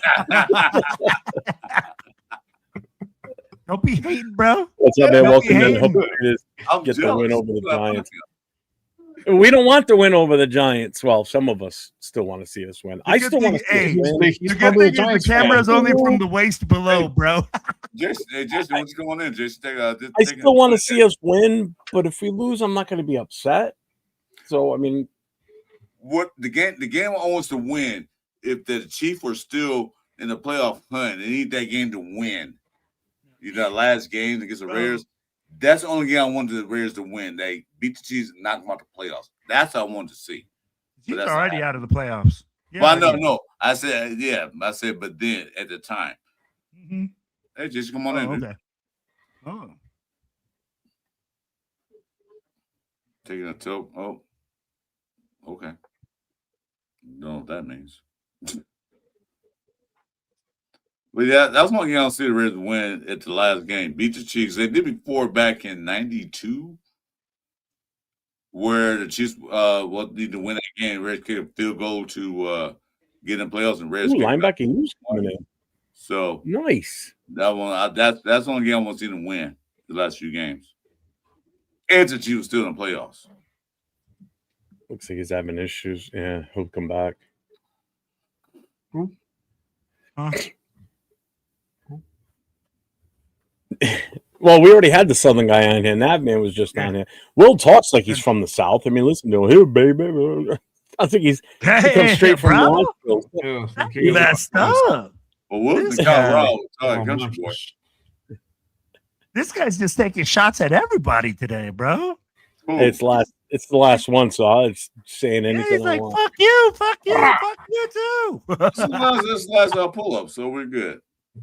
Take your shots. This your time to come in. Take your final shots. Say Chris Jeff's Pando. We know hey, Javier, and Will's on Adderall. You can come and take a shot. He's not on Adderall. That's why he's so hyped up, because he hasn't taken his meds. That's the problem. About Willis? Javier, if you go to 401 Rated Jeff, starting next Friday night, it's going to be an actual NFL Friday night show. So anybody that's a fan of another team, so I see that you're an Eagles fan, hop in the chat. I'm going to have fans of other teams get on with me. So that's what's going to take the place of this once this show's done. Starting next Friday, February 2nd. Don't expect me to see my face next to Jeff, because I'm taking a medical absence because I take care of my body. So I won't be there. I'll be in the chat. I won't be there. If you guys expect to see me and Jeff on a Friday night coming forward, it'll be Jeff doing this thing. I won't be there. So what? Yeah, this is our last Friday night mic drop show. I mean, I still got other shows I do. Chris has other shows he does. Chris, why don't you just say what you do, what days and what times you go on? Well, let everybody know what you do. For towards the end of the season, I have my show with Radio Jason Nason. He's here. I say come on in, but he haven't came in yet. On Sunday morning, the Pilsing show, that's right before the game start, 8:30 a.m. Pacific time. We do a little Monday morning to predict the game, what's coming up. And then on Tuesday nights, I have a show with Radio Jason and sometimes Chewy, the Cover 3 show. Sometimes just sometimes not, because he works distance. Sometimes it's a Cover 2 show. Yeah. But then we invite a third person in there for us. Not in Sactown Mike's in there too. So Cover 3 shows. I saw you with you guys the other night. Yeah. We have a Cover 3 show Tuesday nights. And two more of those and two more of that. Then Mr. Chris is taking a hiatus. And then I'll see you guys soon. Just to let you know, Ron, we've been doing this show for a little over a year now on this format where Chris and I always start the show off, just the two of us on screen, and we talk it up for a few minutes. And usually within the 15 to 30-minute mark of the show being on, Chris drops the link to the StreamYard, so we let anybody in that wants to come in and be on the show with us. We've had fans of other teams in here with us on the chat. We've had a Patriots fan, we've had a Broncos fan, we've had a Steelers fan, we've had Niners fans. I mean, we've had a bunch of different fans from other teams. All of them. Yep. So we've been doing this for a year. It's kind of run its course, we think. It's kind of hit like a stale mark, I would say. Kind of. We definitely plateaued, I think. I had a vision for something else that I wanted to do, plus coupled with the way Chris has been feeling lately, and he wants to take some time, because sometimes, I mean, we've been on for 3 hours now already. Sometimes this show we've gone 4 or 5 hours. 9 hours. Yeah, we've done a 9-hour show. We've done a 6 and a 7-hour show before. So, those days are over. We got a visit coming in with us right now. We got linebacker. but yeah, just Jeff. Woo! This is the last show. We're gonna do a Friday pull up. Not Yeah. saying that we're not gonna do it again. It might come back later next year. We have to discuss that how we're gonna do the format because we're gonna change everything. But we'll do it because I tell you one thing. My time on YouTube has been more enjoyable doing a show with Jeff. I do Red Jason. I enjoy those shows too. But my most enjoyable moment is doing a show with Jeff, and I'm not gonna let that go. So stay tuned. And we got who's this? It's linebacker you. Hey, what's up? What's up, my guy? How we doing? Welcome in. I'm better than good and better than most. He look like an offensive tackle right there, the linebacker. I got your offensive tackle right here. There's a reason why it's linebacker you, Chris. Yes, sir. Hey, so since we don't have a whole lot to be, happy about this season, I want to ask you guys this. Because I'm not a Raider fan. I'm a Raider for life. There you go. That's a guy. Not a lot of people get to grow up idolizing a team, hoping and dreaming that you can play for them, and then have the opportunity to play for them. Doesn't go exactly the way that you want it to, but you get to meet and eat with the man on multiple occasions and just talk ball. I've been around football since I was 5 years old. I've been around a lot of coaches. I've been around a lot of owners, GMs, all that stuff, a lot of football players. There was nobody that I've ever come across with a football mind like Al Davis. I cannot explain to you, like whatever stories you hear about him and it's beyond that. It was just unfathomable what he knew about me in my childhood. I was like, holy shit, how the fuck this guy know that? Anyways, I wanted to ask you guys this. Sure. Start with Big Jeff because it's his channel. What's your favorite position? Mine? Yeah. Offensive line, center, God, man, tackle. I play all three positions. All right. So you got three choices. You only get one out of three. You got Jim Otto, Don Mosbar, or Gene Upshaw. Who you gonna take? Oh shit. Yeah. Oh man. Okay, we'll come back to that. Chris, I got an answer. Go ahead. I'm going Gene Upshaw. Okay. All right. Chris, favorite position? Linebacker, dude. Linebackers. Okay. That one's kind of a tough one, but I'll go with the Mad Stort, Hendricks, the original Heidi game, Ben Davidson, Conan the Barbarian. And you got to go with everybody's current favorite, man. I hope he has good health too, just like you, Chris. Matt Millen. Those are the three I give you. Who would you take? I'll take Matt Millen on that, but my favorite is always Rob Martin. But I'll take Matt Millen behind. He's my second one. Matt Millen. Yeah. I mean, Rod in them Super Bowls, man. Who else is on there? I can't see that. The Jays. Oh, that's Ray to Will. Ray to Will, what's your favorite position? Well, I played safety and corner, so I'll go safety and corner. All right, here we go. All right. You got the assassin himself, Jack Tatum. Oh my God, man. Yeah. All right. And then you got God, I forgot his name. Now I'm having a brain fart. He was the guy that replaced Jack, the white dude. He played all the way into the 80s. McElroy? Yes, Van McElroy. You got him. And then I'm just going to go with a corner on this one because him and Tatum have to be in the Hall of Fame. They have to. Lester Hayes. What's that? Lester Hayes.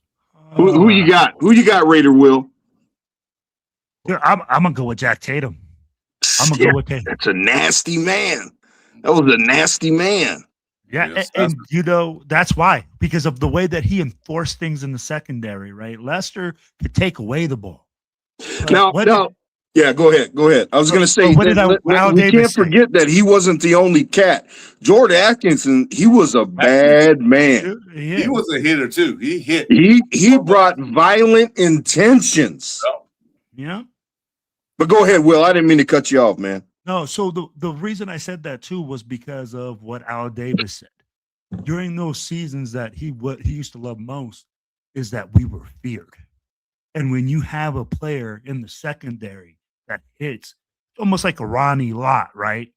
That enforces that, and then at the safety position that has to take care of the run and is also a pass player, I think that is just a game changer when you got an enforcer in the secondary. You know, and that's what I loved about it. When Al Davis said, "Hey, man, we want to be feared," and that man was feared. So I mean, ain't nobody want no piece with that. So go ahead. There was a dude, Chris and Jeff. You guys might remember him. There was a dude on the squad that I was a part of who I was strong too. Now I'm a country boy. I'm originally from Omaha, Nebraska, outside of Omaha, 2,500 acre farm.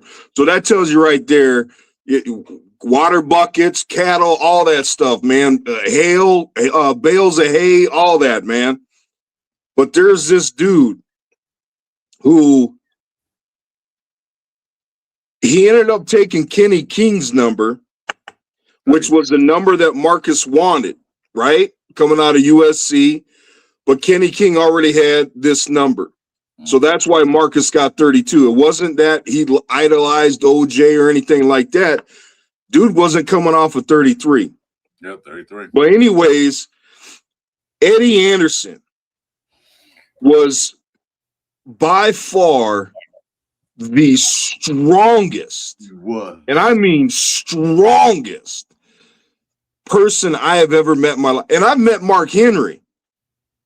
I'm telling you, for pound, Eddie Anderson, dude, in my heyday, I think my max was 485. Eddie was clearing 525 and asking for seconds. Was he? A safety, and he had these chicken legs like you wouldn't believe. He had a basketball player's body where he was from the waist up, he looked like a linebacker, but from the waist down, he looked like an 8th grade point guard. But he was a bad man too, man. I remember he hit God, I'm trying to remember who the cat was. Damn, it's when we had just got Rocket. Because Rocket played the slot. You know, we had Timmy B, probably one of the top 7 greatest receivers of all time, Timmy Brown. God, who was this? Who was the guy before Porter? Was it the Olympian? James Jett? Yeah, out of UNI. Yeah, out of UNI. That's right. Eddie lit him up in practice. I swear to God, I thought the dude was dead. I thought he was dead. And we didn't see Jet. We didn't see Jet for another 2 days. Nowhere in the facility, nothing. We didn't see him for 2 days. I thought he had died.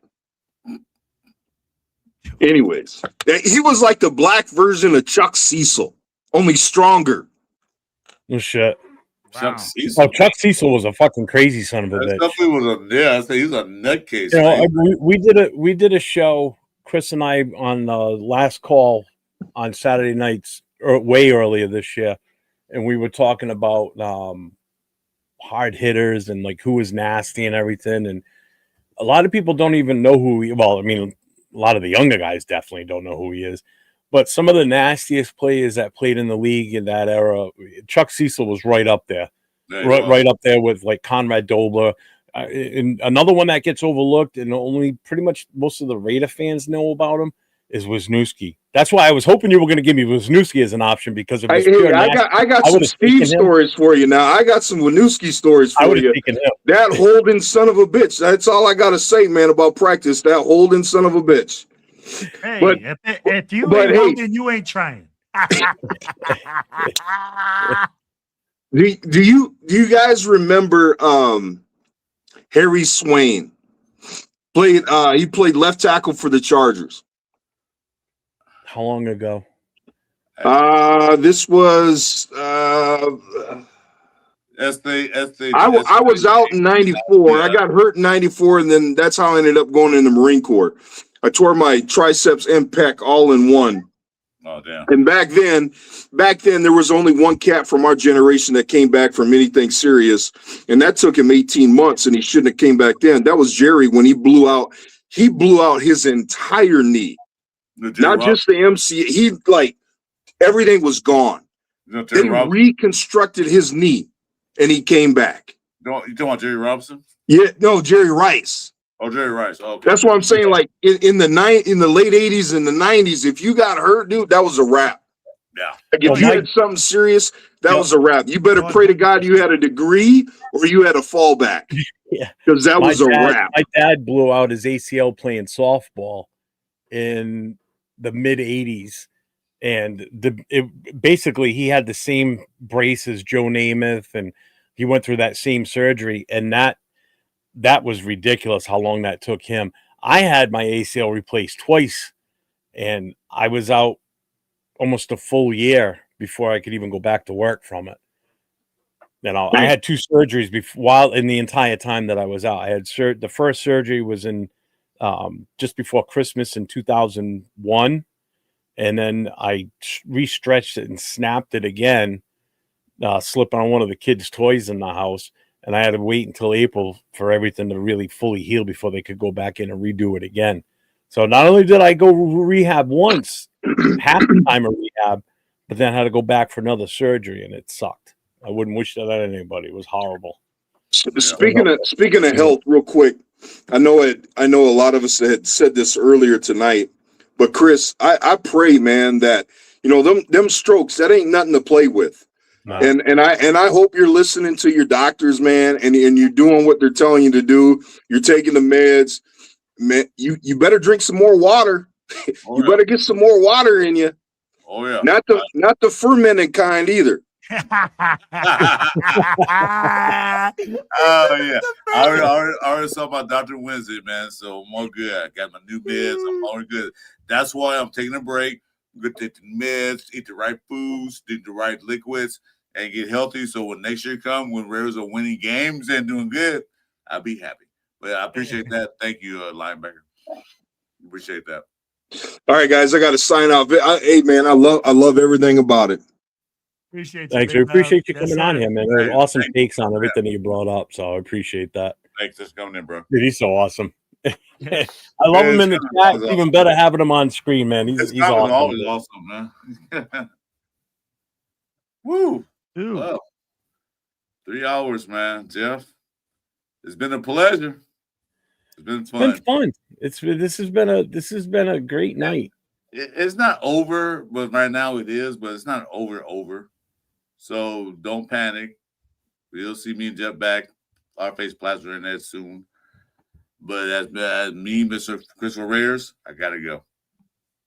Has to take care of himself, y'all. Yeah, I That's got what it's all about. because you understand when Jeff told me to go to bed when I was on the chat and I watched the show again, I saw what he was talking about, and I wasn't even. And people thought I was drinking. I wasn't even drinking that night at all.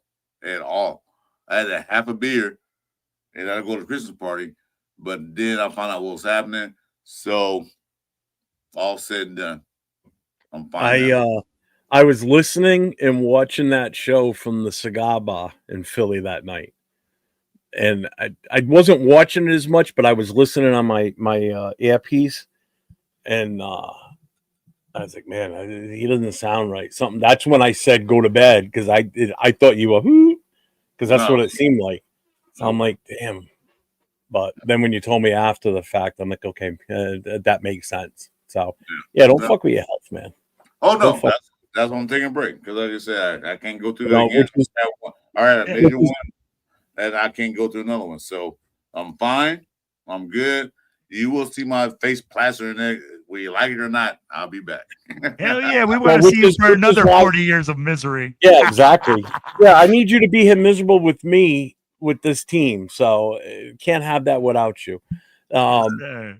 It was well, that's why whenever if I start feeling like chest pains and I get the other things that coincide with a heart attack, that's why I don't mess around. I had a heart attack once, 2017. I was on my ass for that one. Good. I mean, if I didn't go to the hospital that night, I would have been a full code here at the house. But yeah, I mean, I don't mess around. The whole time I was in the emergency room, I kept saying over and over to Dawn. She left at like 3 a.m. to come home and go to bed. I never got fully admitted. They were going to admit me. They ended up sticking. That's why the video I took, I'm sitting out in the hallway because they had to move me out of the room because they had a code come in that they had to work up. So they had to get me out of that room. The whole time I'm sitting there, I'm thinking, just don't let this fuck my trip up to Philly. That's the last thing I wanted to do was not be able to go to that. Yeah, that's all I cared about. I wanted to go to Philly. Shit, I was in the hospital back in May, the day of the scheduled release. It was a Raider Connection show that night. I'm on live on the show, sitting in the emergency room with Will. I think you were on the show with us that night too. I'm sitting in the emergency room doing a live show with you guys. So if that's not dedication and commitment, I don't know what the fuck is. So I mean, I could have just been sitting in the chair and just like falling asleep, but no, I'm on a fucking live show on my phone with you guys, sitting in the hospital. Well, guys, What's you know up, what? Daniel Barry? What's up? I hope both of y'all take care of your health, Awesome, man. man, And I too, hope, John. James both of y'all, Verbo. do you do? My first time. Well, I am. What do you think, Chris? We hit that 3-hour mark. You ready to call it, brother? Yeah, I'm gonna go see my goodbye speech. You can say yours and kick Will out. Yeah, we'll let Will bail out, and then we'll just end this with you and I on the screen. Jay had to go take care of some stuff with his kid. Yeah. So Well, if he doesn't come back on that, that's fine because we're going to end it anyway. So go ahead, Will. Say what you need to say. All right, guys. Well, I'm going to end it off with this. I want to thank Jeff. I want to thank Chris for bringing me on this platform, for allowing me to interact with you guys in their chat. And guys, thank you guys for continuously working together through all these times and just bringing laughs to Raider Nation and making it, again, something that's about family, something that, hey, we can all come in and join in on. And at the end of the day, guys, salute to you guys. And I appreciate you guys from the bottom of my heart. And Silver and Black Radio Podcast, Friday Night Mic Drop. Thank you guys. Salute to y'all. I'm out. Thank you, Will. We appreciate you. And again, thank you for running that show that Friday night while I was in Philly. I appreciate you. My pleasure, guys. My pleasure. Thanks, Will. Love having you on, and I love doing my shows with you on Tuesday nights also. And I love being with you guys, man. It's an emotional moment for me right now, guys. Literally, I'm about to go cry. Don't be a stranger, because I do have a show Tuesday night with Red Nate Jason. So you're welcome to come in if you like. I'll stop by anytime, brother. You just let me know. Yeah, we're always welcome. Thank you, guys. Thanks, Will. Thanks, Will.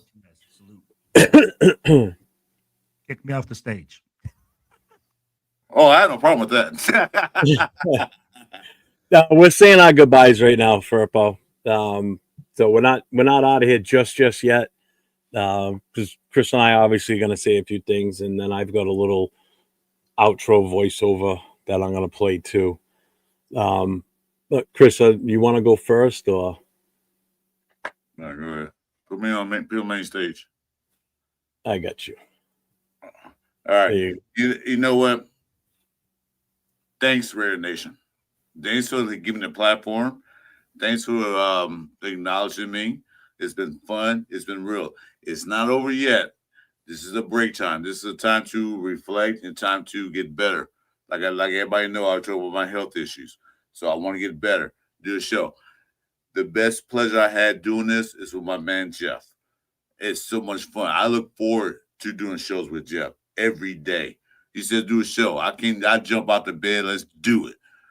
But it doesn't work without you guys being here for us. The chat, everything's live. Everything's fun. I will miss it. But like I said, might not be over. It might come back. But for right now, we're taking a hiatus. We're done. Jeff's going a different direction. I'm taking a health break. But that's saying to you guys. Salute to Red Nation. We will get better. I will get better. Thanks. All right, you can put it back up.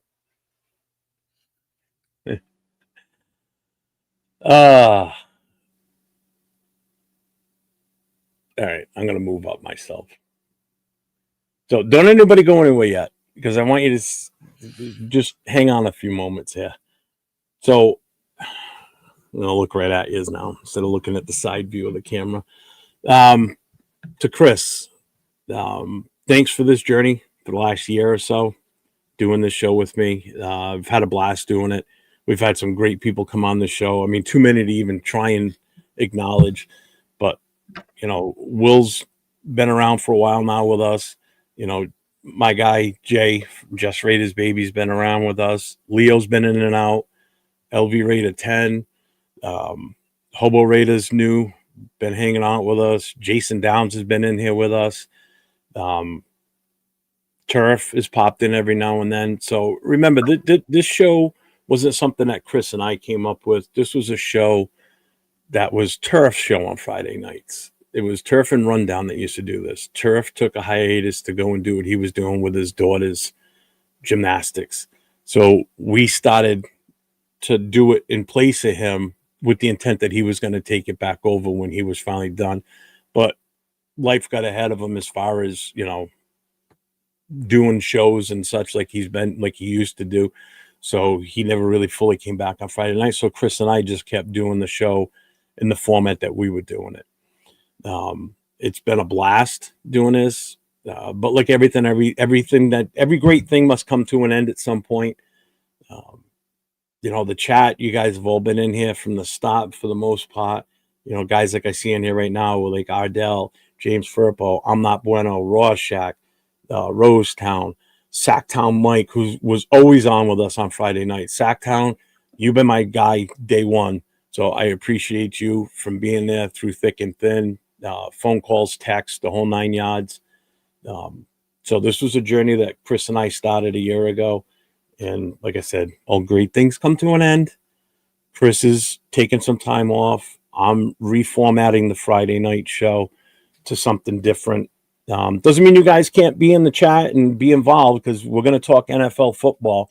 So if you're a true fan of the sport, you can talk it up with anybody. That's the goal going forward. But for now, the show's going on a hiatus. If we bring it back, we bring it back. You never know. So it's not farewell, goodbye. It's see you around. I'm not going anywhere. I'll still be on my other shows, but Chris and I will be around. We're still going to do shows together. We're just going to take a little break right now. So there's nothing wrong with us. We're still A-okay. I mean, we survived tonight with no problem. So it's not like there's no animosity between us. So before anybody starts that's not the thing. This was just, it was time. This show has run its course. So with that being said, I am going to bring Chris back on here with me. And I'm going to turn and look right at you, Chris. So you're looking the wrong way. Am I? Whatever. Anyway, I'm just going to keep looking this way. No, don't believe, because I think somebody in the chat did. We have a problem with each other. No, this is my brother from another mother from another part of the country. I love this man. Yeah. We're not in the show because we got a problem. If we did win this show tonight, we're doing right now. Like I said, health reason wise, I'm taking a break from the show. So I got 4 more to do. Jeff is doing no format. We're just taking a break. And who knows? In the future, it might come back. You don't know that. But right now, we're done. We had enough. We're going to move forward. So it's not like, Jeff, I hate you. I don't want to do a show with you again. In that case, I won't be here tonight. No. No. Because if that was the case, we wouldn't be on here together right now. So no, exactly. And so anybody say, "Oh, Chris," no, it's just time to move on for a minute. Get my health better. Jeff going to a different direction, which I like the direction he's going in. I kind of like that's nice. So that's all it is. But I'll still be around. You'll still see my beautiful face plastered in and now and then. I just hold my hand over the lens so I don't have to see it. I'm going to bring Jay back in real quick because he's back. I don't know if he wants to say anything because he's been on the show quite a bit with us too. So I'm going to bring Jay back in here real quick. What's up, Jay? Yo. I didn't know if you want to say any final words before we kill it for the night. Yeah, man. Well, hey, it's been fun. We've had good times. We've had some good laughs. You know, it's a closing of one chapter and opening of another. It had to end sometime, as the saying goes. So, hey, man, appreciate you. Hey, I'm always gonna remember that 9-hour live, bro. That was gonna be ingrained. That was a fucking marathon. That was a marathon. I had to do. I had to do it first. I don't know how you did it. Where you just basically like all one shot it. You only took like bathroom and like 5 minutes smoke breaks. That was it. Yeah. And a lot of coffee. A lot of coffee, yeah. So, hey, you know what? Let's do this one last time for James Firpo here. So he's going back from break.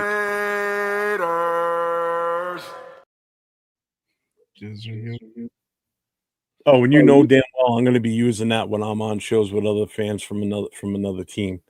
So when they start getting out of hand, I'm just going to drop that on them. So I'm going to just randomly pop in and be like Raiders. Just a reminder, guys.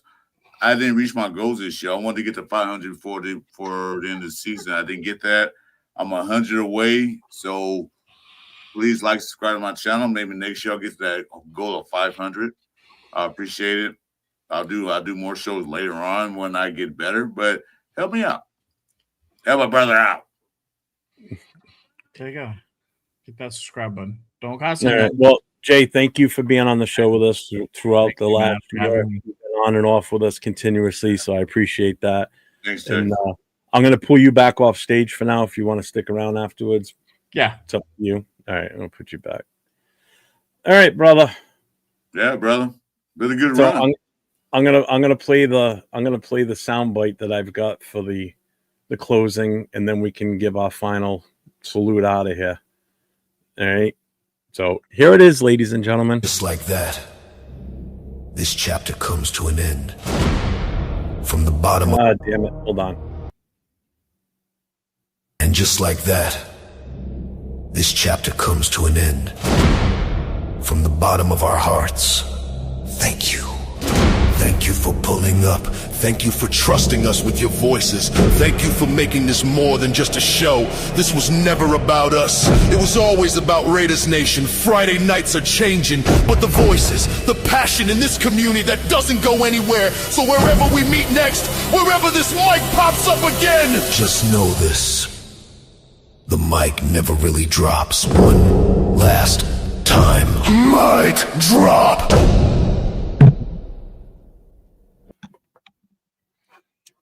Well, thank you guys for that. I appreciate that. As to your health concerns, that's just me. Somebody wants to do a battle worship thing. You're welcome, Frank. Oh yeah, especially at our age, man. That's why I don't fuck around, man. Thanks, Money Chuck. So, well, Chris, until next time. Everybody, as we always say, we'll say it together this time, Chris. Stay safe and go Raiders. We love you all. Friday night, silver and black. No scripts, no filters, just real fans, real voices, real passion. This is Raiders Friday Night Live. One last mic, one last time. One last mic, one last time. Friday night, lights burn bright, silver and black under Friday light. No timeouts, no disguise, every take, no alibis. From the first pull up to the final word, every voice that needed to be heard. Wins and losses, laughs and pain, we stood tall through every game. One last mic, one last night, silver and black, raise them high, hands up, feel that sound, Raiders in the tone, run it now. One last mic, no